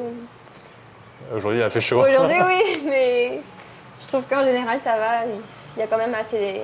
Il y a de l'air, il y a. Ouais. Mais ça va, toi, tu vis au 10e étage. Tu vois, il y a l'air qui circule ici. Moi, je suis au rez-de-chaussée, tu sais. Ouais. L'air, il est stagnant. Mais ouais, je comprends. Mais le climat, l'environnement, il y a énormément de nature, quand bien même on est dans une ville, on est autour des montagnes, Ouais, c'est il vrai. y a plein de forêts, il y a plein d'arbres, il y a plein de parcs. Il y a même des cascades à Envigado qui est Ouais. très proche. Donc tu peux être vite dépaysé en n'ayant pas besoin d'aller très loin. Mhm. Et les gens, la gentillesse, et je trouve que les gens sont accueillants, qui sont chaleureux, Ouais. qui cherchent à t'aider si tu as un problème. Bon, il y a des connards partout, mais il y a Ça des va, bonnes hein, personnes. il y a moins de connards ici que Honnêtement, j'ai eu aucune mauvaise expérience pour le Ouais. moment. On touche du bois avec un Colombien Medellín. de Medellín. Ok. Après, c'est dans la culture aussi. Ouais. Et c'était quoi les préjugés que tu avais quand tu es arrivé? Et De la Colombie? ouais, Oh bah, je me disais, c'est le pays de la cocaïne, il va y avoir des drogués partout, il va y avoir des gens avec des guns qui vont vouloir m'agresser, qui vont vouloir me soutirer mon argent, me voler mon téléphone. Je me suis dit qu'il y allait y avoir énormément de prostitution, énormément de pauvreté. Je me suis dit que ça allait être sale, que la nourriture allait être mauvaise, mhm. que c'est... Voilà. Et du coup, alors, ça a changé du coup depuis? Est-ce que tu penses que Medellín, c'est sûr ou pas? Ou la Colombie en général, est-ce que tu penses que c'est un pays qui est sûr? Je pense que la Colombie est un pays qui est sûr, mais Mhm. encore une fois, tout dépend de ce que tu fais, où est-ce que tu vas et à quel point tu es vigilante ou pas. Ouais. Tu sais, il y a beaucoup d'histoires de mecs qui se sont fait droguer Ah par oui. des. Oui, Qu'est-ce que tu encore une penses de fois, ça? ça revient à ça. Si tu viens, il y a énormément de personnes, il y a énormément de tourisme sexuel à Medellín, il y a énormément de personnes qui viennent seulement avec de mauvaises intentions, pour se droguer ou pour avoir Du sexe? du sexe, recours à la prostitution. Et encore une fois, bien fait pour eux. Ouais. Bien fait pour eux. Si tu viens ici avec de mauvaises intentions, ne t'attends pas à ce que tu n'en ressortes qu'avec du bon. Ouais. Tu sais, il y a eu un événement là récemment, tu sais, il y a un Américain qui est venu ici et il a été aperçu avec deux mineurs, tu sais. Ah bon? Ouais. Je n'étais pas au courant. Et en fait, c'est pour ça qu'à Poblado, maintenant, ils ferment tout à 1h du matin. Ah oui? Ouais. Ils ferment tout à 1h du matin, Paula? Tous les Tu bars, veux dire les bars ou les rues? tous les bars, etc. Ils vont fermer à 1h du matin maintenant. Ouais.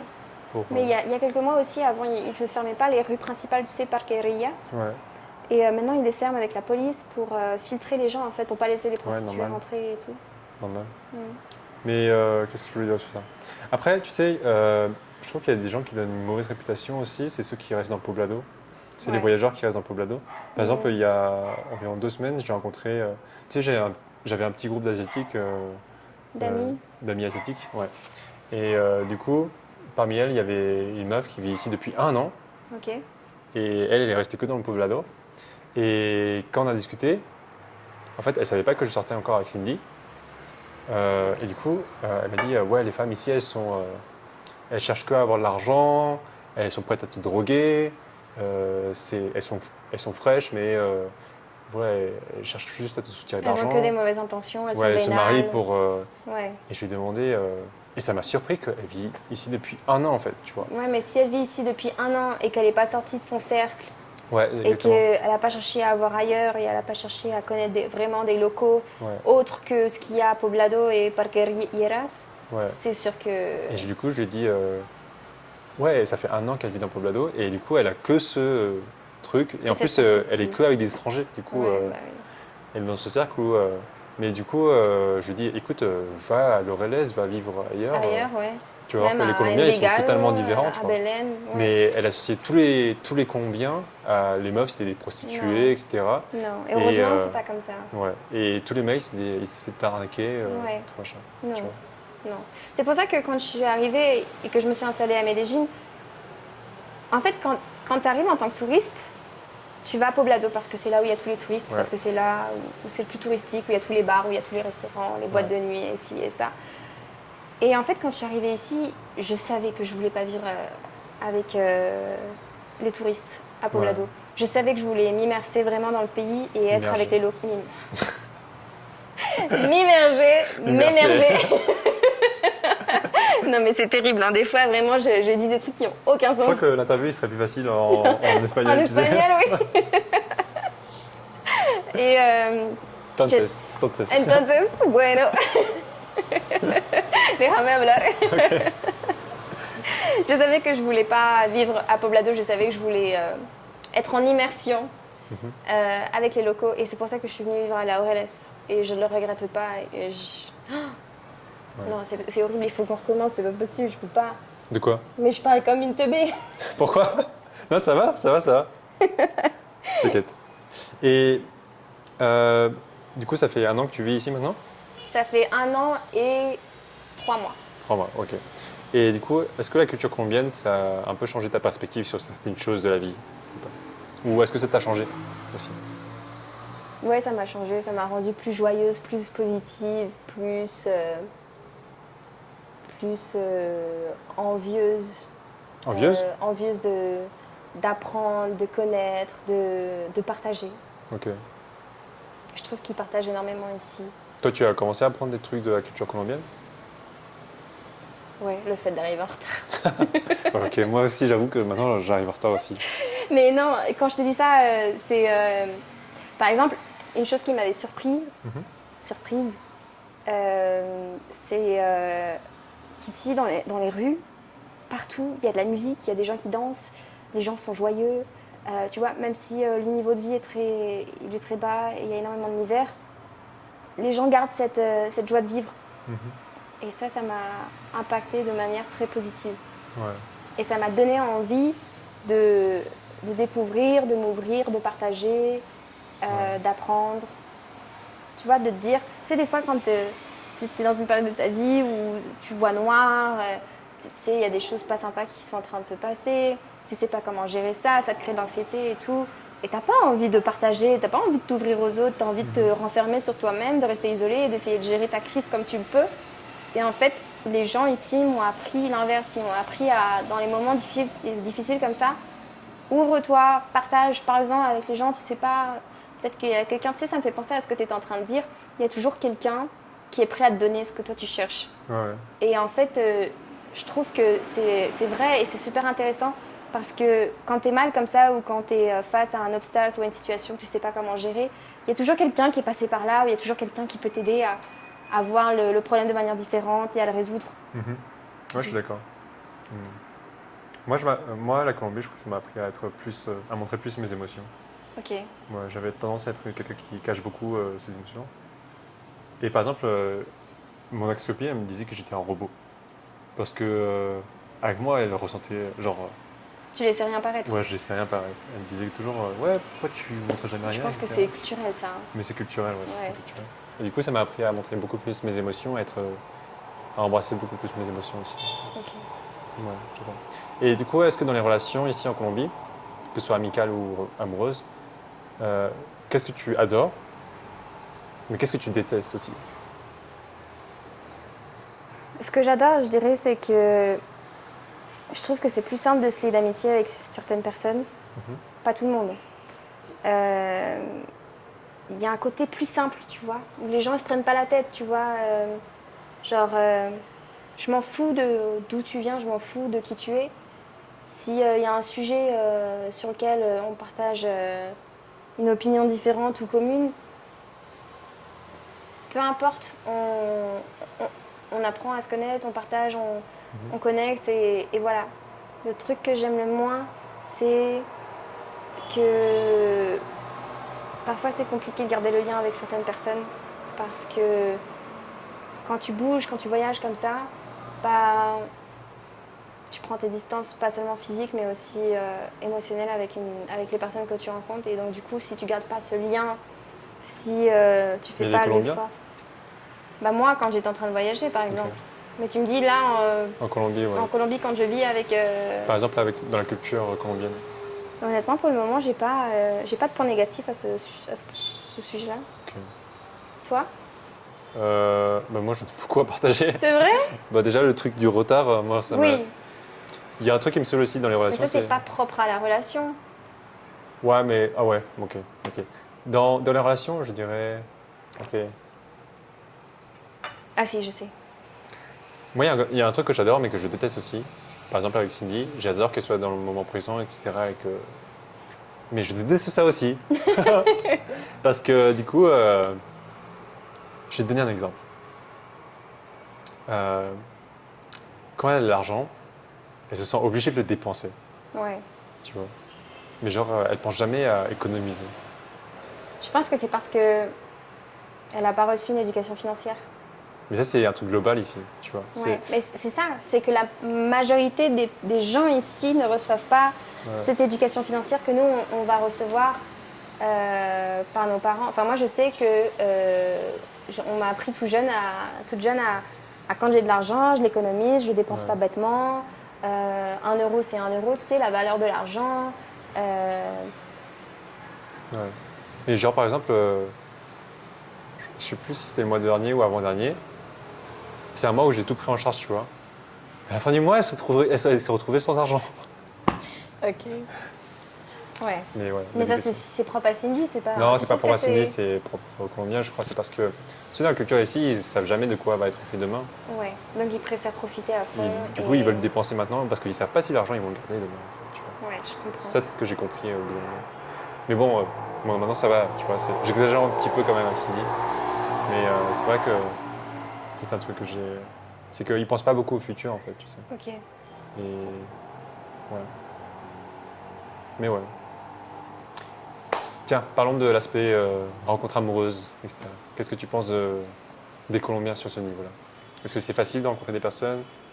Est-ce que c'est différent en termes de relations Je pense que. par rapport à la France, par exemple? Ou par rapport au Canada, toi? Tu as beaucoup vécu au Canada. Ouais. Je pense que c'est très facile de rencontrer des personnes. Je pense que c'est très facile de tomber amoureux aussi ici. Ouais.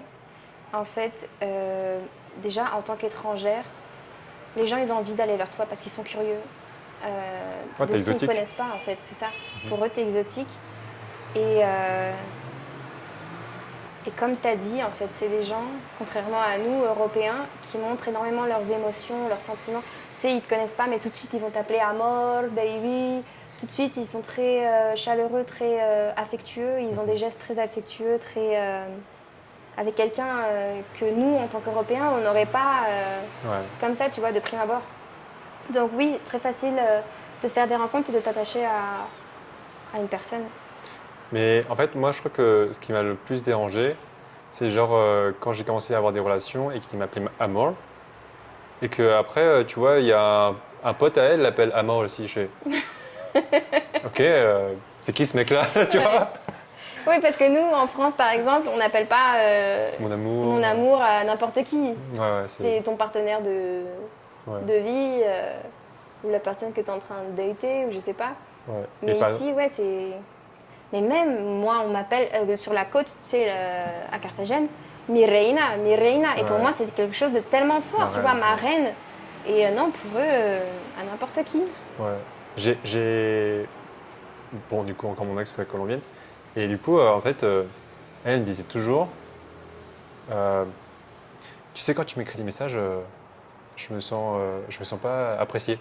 Parce qu'en fait, et après, elle m'a montré un message d'un collègue de travail, tu vois, un collègue de travail avec elle, qui l'appelle ma chérie, mon amour, ma petite poupée, comment ça va aujourd'hui, etc. Et moi, elle me montre mon message après, elle fait hola Linda. Et Choc fait- culturel. elle fait non, en fait, à ce moment-là, je l'appelais encore hola Aleja. Ah oui, carrément par son prénom. Ouais, et elle me dit pourquoi tu m'appelles par mon prénom? Et pour elle, c'était genre tu vas m'engueuler ou un truc comme ça, tu vois. Ouais. Je fais non, c'est juste que. C'est ton prénom. Ouais. Et à côté, il y a son collègue de travail qui l'appelle ma petite poupée, ma reine, Ouais. comment ça va ma petite chérie, etc. Ouais. Et elle me disait, tu vois, mon collègue de travail, il met plus attention que toi, qui est mon copain. Tu vois. Mais c'est culturel. Ouais, c'est culturel. C'est que pour nous, ça prend du temps à appeler quelqu'un comme ça. Ouais. Ça prend une certaine connexion émotionnelle, je pense. Je pense pas, je sais pas, hein, peut-être, mais moi, dans mes relations passées, si j'avais pas un minimum de sentiments pour la personne avec qui j'étais, je me permettais pas de l'appeler par autre chose que par son prénom. Est-ce qu'il y a des différences culturelles qui sont difficiles entre, par exemple, Will et toi? Ou, je sais pas, que tu as rencontré avec d'autres personnes? En général, je trouve que les Colombiens, il leur manque de la clarté. Par exemple, ils te disent Je suis d'accord. j'arrive maintenant, ahorita, Mais ahorita, ça peut être genre dans 10 minutes comme dans 2 heures. Exactement. Et en fait, la première fois, je me souviens, j'attendais un ami, on devait aller manger quelque part, et il m'a dit, on se voit, nos vemos ahorita, on se voit bientôt, enfin maintenant. C'est ça, hein, la Ouais. traduction même de ahorita, c'est maintenant. Ouais, c'est maintenant. Bientôt. C'est ça. Et donc, du coup, moi, je mets mes chaussures et tout, je suis prête à partir. Le mec, je l'attends 2 heures, je lui dis, mais tu te Ah ouais fous de ma gueule ou quoi? Tu me dis ahorita. Il me dit, mais oui, mais ahorita, ça veut dire. Quand tu veux, quoi. C'est ça. Ouais, je Donc, comprends. ouais, ça. Ouais, je comprends. C'est comme un soir, j'étais parti à Nueva Guardia pour danser. Et je dis à Cindy, je reviens dans 1 heure. Tu vois. Et du coup, j'y vais et je rentre exactement. Tu vois, je suis en train de me dire, oh, c'est bon, c'est 1 heure. Là. Je Ouais. rentre. Elle fait, qu'est-ce qui se passe? Ça s'est mal passé? Un truc comme ça? Non, j'ai dit, je rentre dans 1 heure, quoi. Je fais, ah bon? Ok, je pensais que tu allais rentrer beaucoup plus tard, tu sais. Mais genre, quand tu leur dis 1 heure ici, ils y croient Ouais. pas, quoi, tu vois. Ouais, ouais. Bon, maintenant, c'est différent parce que maintenant, elle sait que je suis à l'heure. Et surtout, toi, t'es super ponctuel.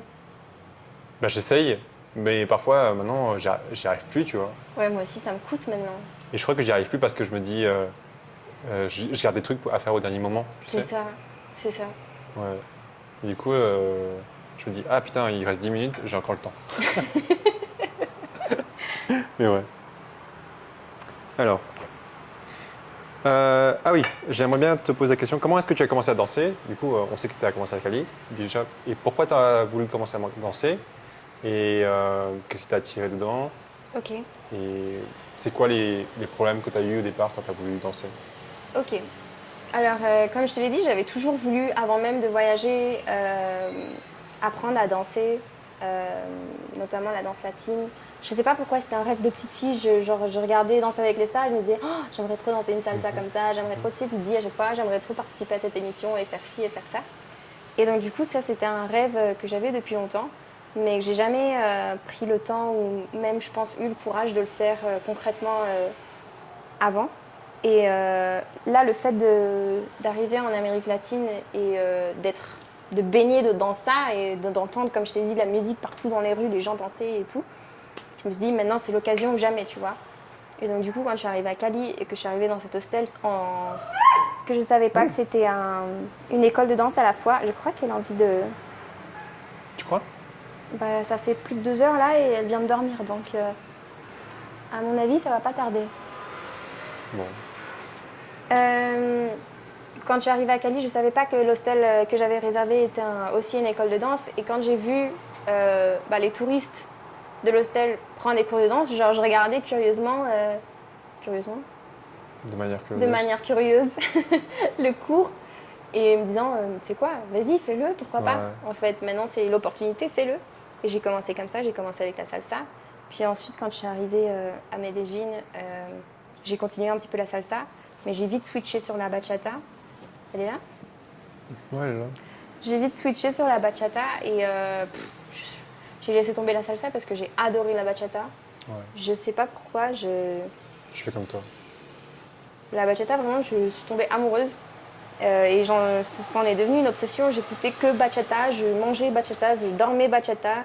Il n'y avait pas une semaine où je passais pas minimum 4 soirs dans une soirée bachata, dans un social pour... Tu sortais tous les soirs? Au début, je sortais pratiquement tous les soirs.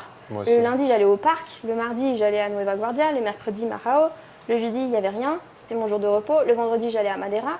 Le samedi, des fois, il y avait des soirées à Nueva Guardia. Et le dimanche, repos. Mais Ok. c'était pratiquement tous les soirs. Ouais. Et là, ça fait bientôt 4 mois que j'ai commencé à danser le zouk brésilien. Et pareil, j'en fais une obsession, j'ai l'impression. Parce que Ouais. maintenant, je veux plus trop danser la bachata et ça m'intéresse plus trop, mais je pense qu'au zouk. Ok. Je danse que le zouk. Non, c'est marrant, j'ai un peu la même histoire que toi. Ouais. Ouais. T'as commencé salsa, bachata, puis J'ai zouk. commencé avec la salsa au début parce que je pensais que c'était la danse genre globale. Et après, j'ai commencé après. En fait, moi, le truc, c'est que j'écoutais. La salsa, j'ai jamais écouté ça, genre quand je cuisine, quand je marche dans la rue. Mais la bachata, j'écoutais ça tout le temps en fait. Ok. Genre, je prends du plaisir à écouter la bachata. Alors que la salsa, je prends pas de plaisir à écouter ça. Ouais. Du coup, au bout de 2 semaines de salsa, j'ai commencé à prendre des cours de bachata. Et après, je suis parti à Cali. Et à Cali, il y avait ce prof qui était super bien et qui coûtait vraiment pas cher. Il coûtait 30 000 pesos, tu vois, l'heure. Ouais, c'est rien. Et du coup, j'ai fait bon, vas-y, maintenant je reste à Cali et j'apprends. Je prends 2 mois avec lui. Ouais. Et aussi parce que j'ai voulu faire la bachata parce que je voulais. C'est dur, les filles. Ok, aussi. C'est bon, on l'a dit. aussi. Bon, je crois que tous les mecs commencent un peu pour ça, hein. Mais à l'époque, je sortais avec euh, la meuf qui tenait mon école de danse en fait. Ok. Et on s'était séparés. Et je me suis dit, il y avait un peu un espoir de moi de dire, ok, si j'apprends la bachata, peut-être que je vais réussir à la reséduire, tout ça. Ouais. Ouais. Du coup, je me suis dit, vas-y, je vais bien apprendre à Cali, et ensuite je suis retourné là-bas. Je vais la surprendre. Je vais surprendre. Je vais l'impressionner. Finalement. Qu'est-ce que tu manges? Au final, non. Au final, non. Et c'est comme ça que j'ai atterri à Maro après. Attends, je crois qu'il y a un truc dans sa bouche. Ouais. Ok. Si, Et du coup, au début de ton aventure dans la danse, tu dirais que c'était quoi le plus difficile? me lâcher. Je me sentais pas capable. Avant de prendre mon premier cours de danse, j'avais zéro technique en danse. J'étais Ouais. nulle. Et je me sentais pas capable de danser, d'être élégante, de suivre des pas, de faire quelque chose de bien, quoi. Ok. J'avais énormément d'a priori et encore une fois, je me mettais énormément de barrières. Je me disais non, mais t'es pas sexy, t'es pas élégante, tu sais pas danser, tu sais pas bouger, on dirait que t'as un bâton dans le cul. Et Ok. voilà. Ouais, c'est bien que tu dises ça parce que la dernière question que j'ai en fait du podcast, c'est en fait moi il y a une notion qui a beaucoup changé pour moi, qui a beaucoup évolué quand je suis arrivé en Colombie. C'est ma notion de la féminité, de la masculinité et surtout du féminisme. Tu Ok. sais. Et parce qu'en fait quand je suis arrivé en Colombie, il y a beaucoup d'aspects surtout de la féminité et du féminisme, qui a été bouleversé par moi. Parce que tu sais par exemple la culture est totalement différente ici par rapport à ça, tu sais, par rapport à la culture européenne qu'on a ou occidentale qu'on a. Ouais. Et par exemple, tu vois des choses qui ne sont pas acceptables en France, tu vois, ici c'est assez ok quoi. Tu vois, par exemple, l'un des premiers trucs qui m'a surpris, c'est le perreo. Le perreo. Ouais. Et moi, au début, quand je suis arrivé en Colombie, j'étais en mode non, non, ça c'est pas possible, tu vois, genre Ça, c'est un péché. ça c'est un péché, c'est dégradant pour les femmes, etc. Ouais. Et c'est que après, quand j'ai découvert qu'en fait les meufs elles étaient ok pour ça et tout, je fais ok, je commence à me lâcher, etc. Ouais. Et en fait, je trouve que là, ça fait bientôt 2 ans que je suis dans le monde de la bachata et que j'avais des jeans. J'ai l'impression que les filles qui arrivent ici, au début, elles sont toutes un peu. En Les fait, étrangères. ouais, les étrangères. En fait, je sais pas pourquoi, mais quand elles commencent à danser et quand elles commencent à être à Medellín, elles commencent à être plus féminines, à être plus lâchées dans la féminité et tu vois, à plus rechercher ça, tu vois. Qu'est-ce que tu penses de ça déjà? Et est-ce que tu penses que ça a été le cas pour toi? Ouais, je suis d'accord. Et ça a été le cas pour moi. Ok. Les filles ici, elles sont très coquettes. Elles sont beaucoup plus féminines. Enfin, je sais pas, ça dépend de tout le monde. Mais par exemple, par rapport à moi, par rapport à la Lina d'avant, je trouve que les filles ici sont beaucoup plus féminines. Elles sont plus coquettes, elles font plus attention à elles. Elles sont plus dans leur féminin que dans leur masculin. Ouais.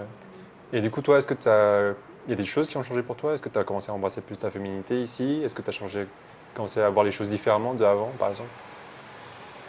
Oui, mais pas par rapport à ici, par rapport à la danse. Je trouve que c'est la danse qui m'a aidée à embrasser plus ma féminité et me sentir femme, quoi, me sentir capable d'être élégante, belle, sensuelle, sexy. Mhm. Ok. Attends. Qu'est-ce que c'est? Ok. Qu'est-ce que tu dirais? Qu'est-ce que. Comment dire?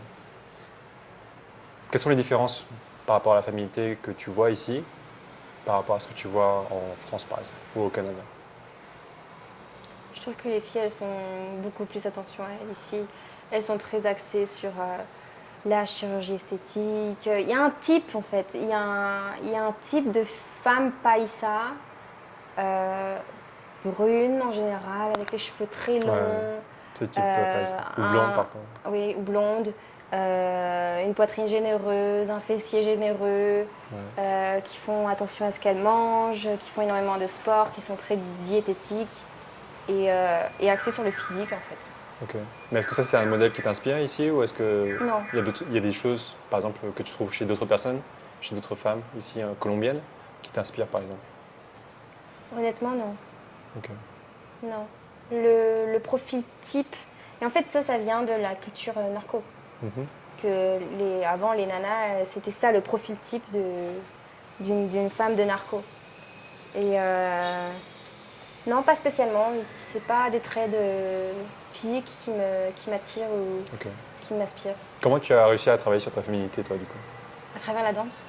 Dans la danse? À travers Ok. la danse, les mouvements, euh, le toucher. Tu sais, quand tu danses, que tu touches, touches ton bras, tu bouges tes hanches. Ça, c'est quelque chose que je ne me sentais pas capable de faire avant. Et le fait de danser, de le travailler de manière professionnelle, parce que je le fais dans le cadre de cours de danse, bah, ça m'a permis de, ouais, je sais pas, genre me sentir plus féminine, plus... Pourquoi tu ne te sentais pas capable de l'exprimer auparavant? Parce que je t'ai dit, avant, j'avais l'impression que j'avais un bâton dans le cul et que j'étais incapable de bouger mes hanches Ok. ou d'être coordonnée, d'avoir de la... comment est-ce que ça s'appelle en français? C'est quand tu fais... Bon, c'est pas grave. De la batterie? Tu sais, l'exercice comme ça, là, d'avoir... Coordination? Enfin, du rythme, ouais, de la coordination, du rythme. Ok. Ok, intéressant. Il y a des Colombiennes qui t'inspirent ici? Bah ouais. Cindy, par exemple. Ok. Cindy, pour moi, c'est un exemple. En De danse. quoi? De quoi? Ah, de danse. Ouais. Ok. Ok. De personnes aussi, je trouve que elle a la joie de vivre, elle est agréable, elle est ouverte à tout le monde. C'est surtout dans le milieu de la danse, je trouve qu'il y a énormément de personnes qui ont un ego surdimensionné, qui sont pas faciles d'approche. Mhm. Et Cindy, c'est un truc qui m'a frappée quand je l'ai connue, quand je l'ai rencontrée. Je me suis dit, ah, pour une fois, c'est quelqu'un qui se laisse pas contrôler par son ego, tu vois. Mhm. Et c'est l'une des meilleures danseuses de la ville pour moi, voire même la meilleure. Et je trouve qu'elle ne se laisse pas contrôler par son ego et que c'est un amour, en fait, tu vois. Elle est pleine d'amour et de bonne volonté. Et elle a envie de partager, elle a envie de voir ses étudiants progresser, évoluer. Et elle n'est pas là à se dire, je sais pas, non, je vaux mieux que ça. Ou, tu sais, Ok. elle parle à tout le monde. Ok. Et par rapport aux normes de beauté, tu sens qu'il y a des différences parfois par rapport à comment les gens ils te voient ici? Et moi, ils me prennent pour une Colombienne. Ah bon? Oui. Ok. Non, mais dans le genre, dans la beauté, par exemple, toi par exemple, tu t'en fiches un petit peu si t'as pas de maquillage ou Ah non, je me maquille pas. tu te maquilles pas? Non, mais je sais que... Est-ce qu'on t'a déjà fait des remarques sur ça ou pas? Non. Non? En général, c'est quelque chose que les gens apprécient. Ok. Ouais. Non, je comprends. Toi, t'as déjà fait une remarque par rapport à ton physique? Je sais pas si c'est bien ou pas de dire ça, mais par exemple, moi, Cindy, je lui dis souvent qu'elle est trop maquillée. Parce que ici, les meufs, elles se maquillent beaucoup. Ouais, Et je lui dis que souvent qu'elle est belle naturellement, tu sais. oui. Mais elle, je sais pas, c'est dans la culture ici, ils ont besoin de se maquiller pour se sentir Ouais.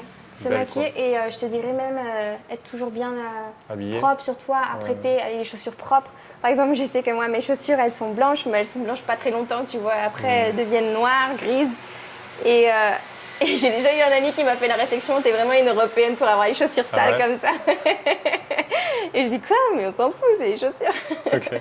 Ouais, moi aussi, je suis comme ça. Genre, pour les chaussures, je m'en fous. Mais ici, ils veulent vraiment que tout soit blanc, quoi. Ouais, Ok. c'est très important. Est-ce que la Colombie, ça a changé ta manière de voir le féminisme ou pas? Non. Ou alors un petit peu. Dans quel sens? Qu'est-ce qui se passe? Dans le sens où il y a énormément de femmes ici qui sont mères, célibataires, à charge, avec plusieurs enfants, et qui ont vécu des choses très difficiles parce que ça reste quand même un pays très macho. Et ça m'inspire en fait de voir autant de femmes capables de gérer une telle situation parce que pour moi, ça pourrait être très difficile d'être dans ce genre de situation. Et en fait, comprends. je sais que ça existe partout, même en France. Mais avant d'arriver en Colombie, je pense que je l'ai vu tellement ici, à une échelle beaucoup plus élevée, que ça m'a vraiment ouvert les yeux et c'était beaucoup plus flagrant en fait. Ouais, c'est vrai. Les mecs, ils sont pas très responsables ici. Non, Mm. malheureusement non. Après, il faut pas faire de généralité, mais ouais. Moi, il y a un point de vue qui a beaucoup changé quand je suis arrivé ici. C'est mon point de vue sur les rapports entre hommes et femmes dans le couple. Je sais que quand j'étais en France, j'avais souvent tendance à voir ça d'un rapport égal, tu vois. Ouais. Je dis pas que les hommes et les femmes sont pas égales dans un couple. Je dis juste qu'en fait, maintenant je commence. En fait, ici, je me suis mis plus en paix avec les femmes que quand j'étais en France, par exemple, où j'ai l'impression que, tu sais, on fait un peu plus la guerre entre femmes et hommes. Et ici, c'est plus, je le vois plus comme une combinaison, tu sais. C'est-à-dire Genre, la guerre entre femmes et hommes. Genre, par exemple, ici, moi, ce qui me plaît beaucoup, c'est que les femmes, elles laissent les hommes être bons dans ce qu'ils sont, tu Mhm. vois. Et les hommes, ils laissent les femmes faire, tu vois. Donc tu veux dire que Chacun son rôle, en fait. Chacun son rôle, tu sais. Ici, on est d'accord qu'il y a un rôle pour l'homme et il y a un rôle pour la femme, ouais. tu vois. En France, on dirait plus, non, ça, tout le monde est égal, tu vois. On partage les tâches ménagères, le travail, c'est égal, le salaire, c'est égal, tout Ouais. doit être égal, sinon... Sinon, c'est pas correct, tu vois. Oui. Et, euh, et du coup, j'ai l'impression qu'il y a un peu cette tension, tu sais, entre hommes et femmes. Et c'est quelque chose que, en fait, ce que j'ai apprécié ici, c'est que j'ai commencé à réaccepter que, tu vois, les hommes, ils ont ce rôle, tu sais, de peut-être pourvoir, tu vois. Bien sûr, il y a des couples qui peuvent être différents, tu vois. Ouais. Mais les hommes, ils ont son rôle de pourvoir, et les femmes, elles ont ce rôle un peu plus de soutien, tu sais, par exemple.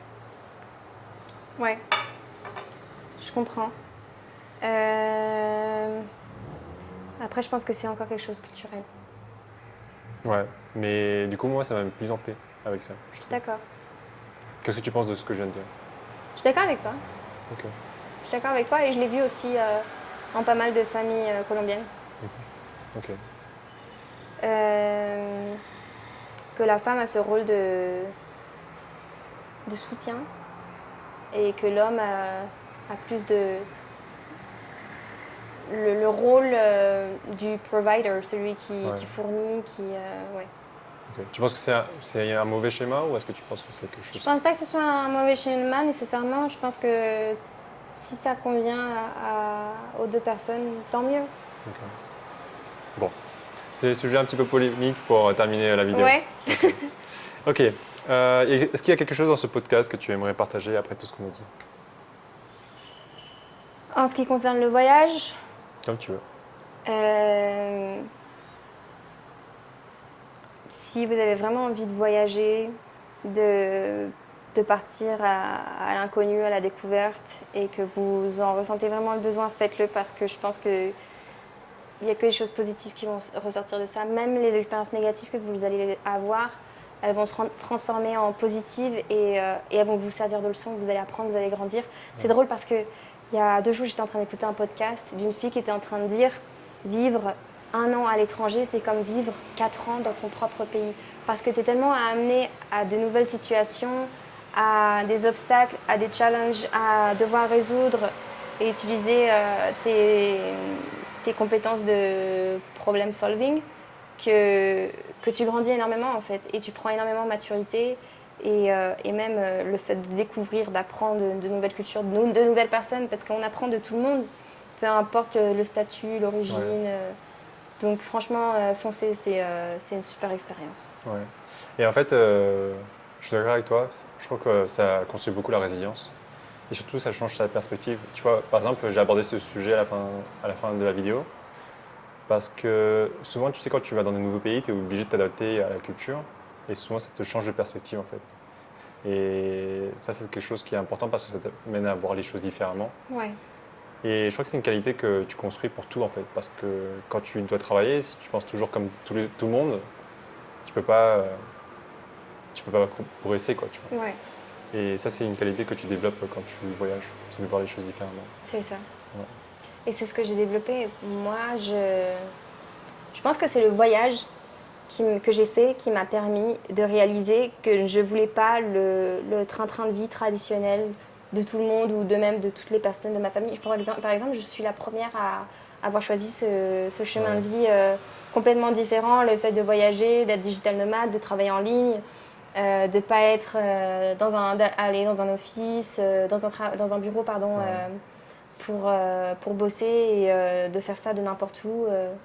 Et je crois que tu sais, pour les peurs qu'on a au début, en fait, et qu'on se dit, en fait, ouais, mais qu'est-ce qui va se passer si.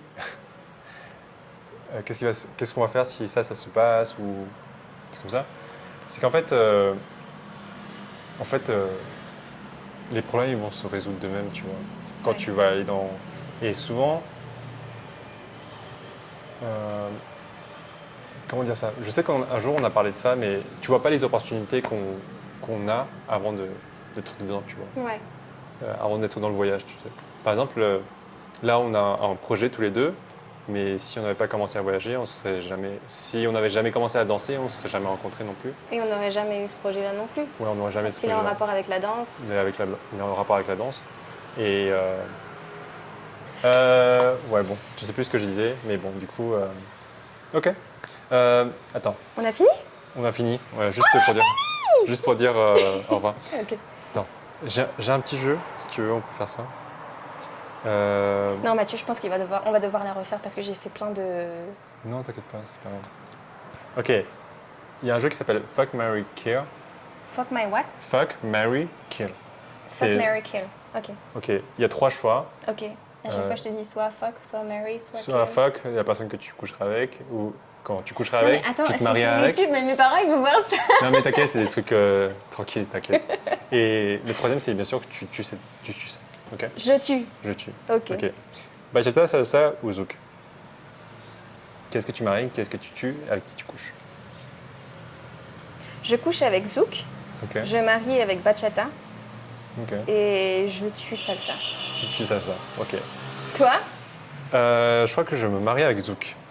Je couche avec bachata et je tue la salsa. Ah ouais. Ah oui, c'est vrai. Si je pense au long terme, si je pense au long terme, À long terme, ouais, t'as raison. Zouk. T'as raison. Je change d'avis. Ok. Ok. Europe, Amérique du Sud ou Asie? Amérique du Sud, je me marie. Ok. Asie, je couche. Et Europe, je tue. Ok. Bon, pas de retour en France alors. Non. Ok. Ok, gastronomie. Française, gastronomie colombienne. Et tes parents, ils sont de quelle origine déjà? Ils sont algériens, Algériens. libanais. Algérienne. Algériens. Donc, du coup, on va dire orientale. Oriental, ouais. Gastronomie française, colombienne ou orientale? Gastronomie orientale, je me marie. Ok. Gastronomie française, je couche. Ok. Et gastronomie européenne, tu m'as dit? Colombienne. Colombienne? Non, colombienne, je tue. Ouais, moi, Pardon, je tue les aussi. Colombiens. Ok. Dernière, c'est voyage en solo, voyage en couple, voyage en groupe. Voyage en solo, voyage en couple, voyage En groupe. en groupe.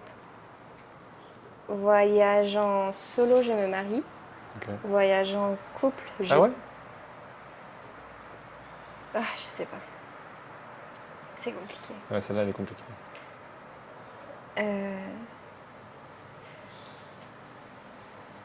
Voyage en solo, je couche. Voyage en groupe, je me marie. Ok. Voyage en couple, je tue. Je Ah ouais? kill. T'aimes pas? C'est pas que j'aime pas, mais je trouve que je suis pas dans une phase de ma vie où ça me chauffe. Ok. Toi? Voyage en couple? Moi, je crois que. Bon, je suis dans une phase de ma vie où. Voyage en couple, je me marie. Voyage solo, je couche. Voyage en groupe, je tue. Je trouve que c'est trop chiant les voyages en groupe. J'aime bien, mais c'est chiant à organiser. En fait, le truc, c'est que c'est de la manière dont tu le vois. Si voyage solo, finalement, tu finis en groupe, bah. ça Non, va. c'est voyage solo, genre je suis solo quoi. Ouais. Ouais.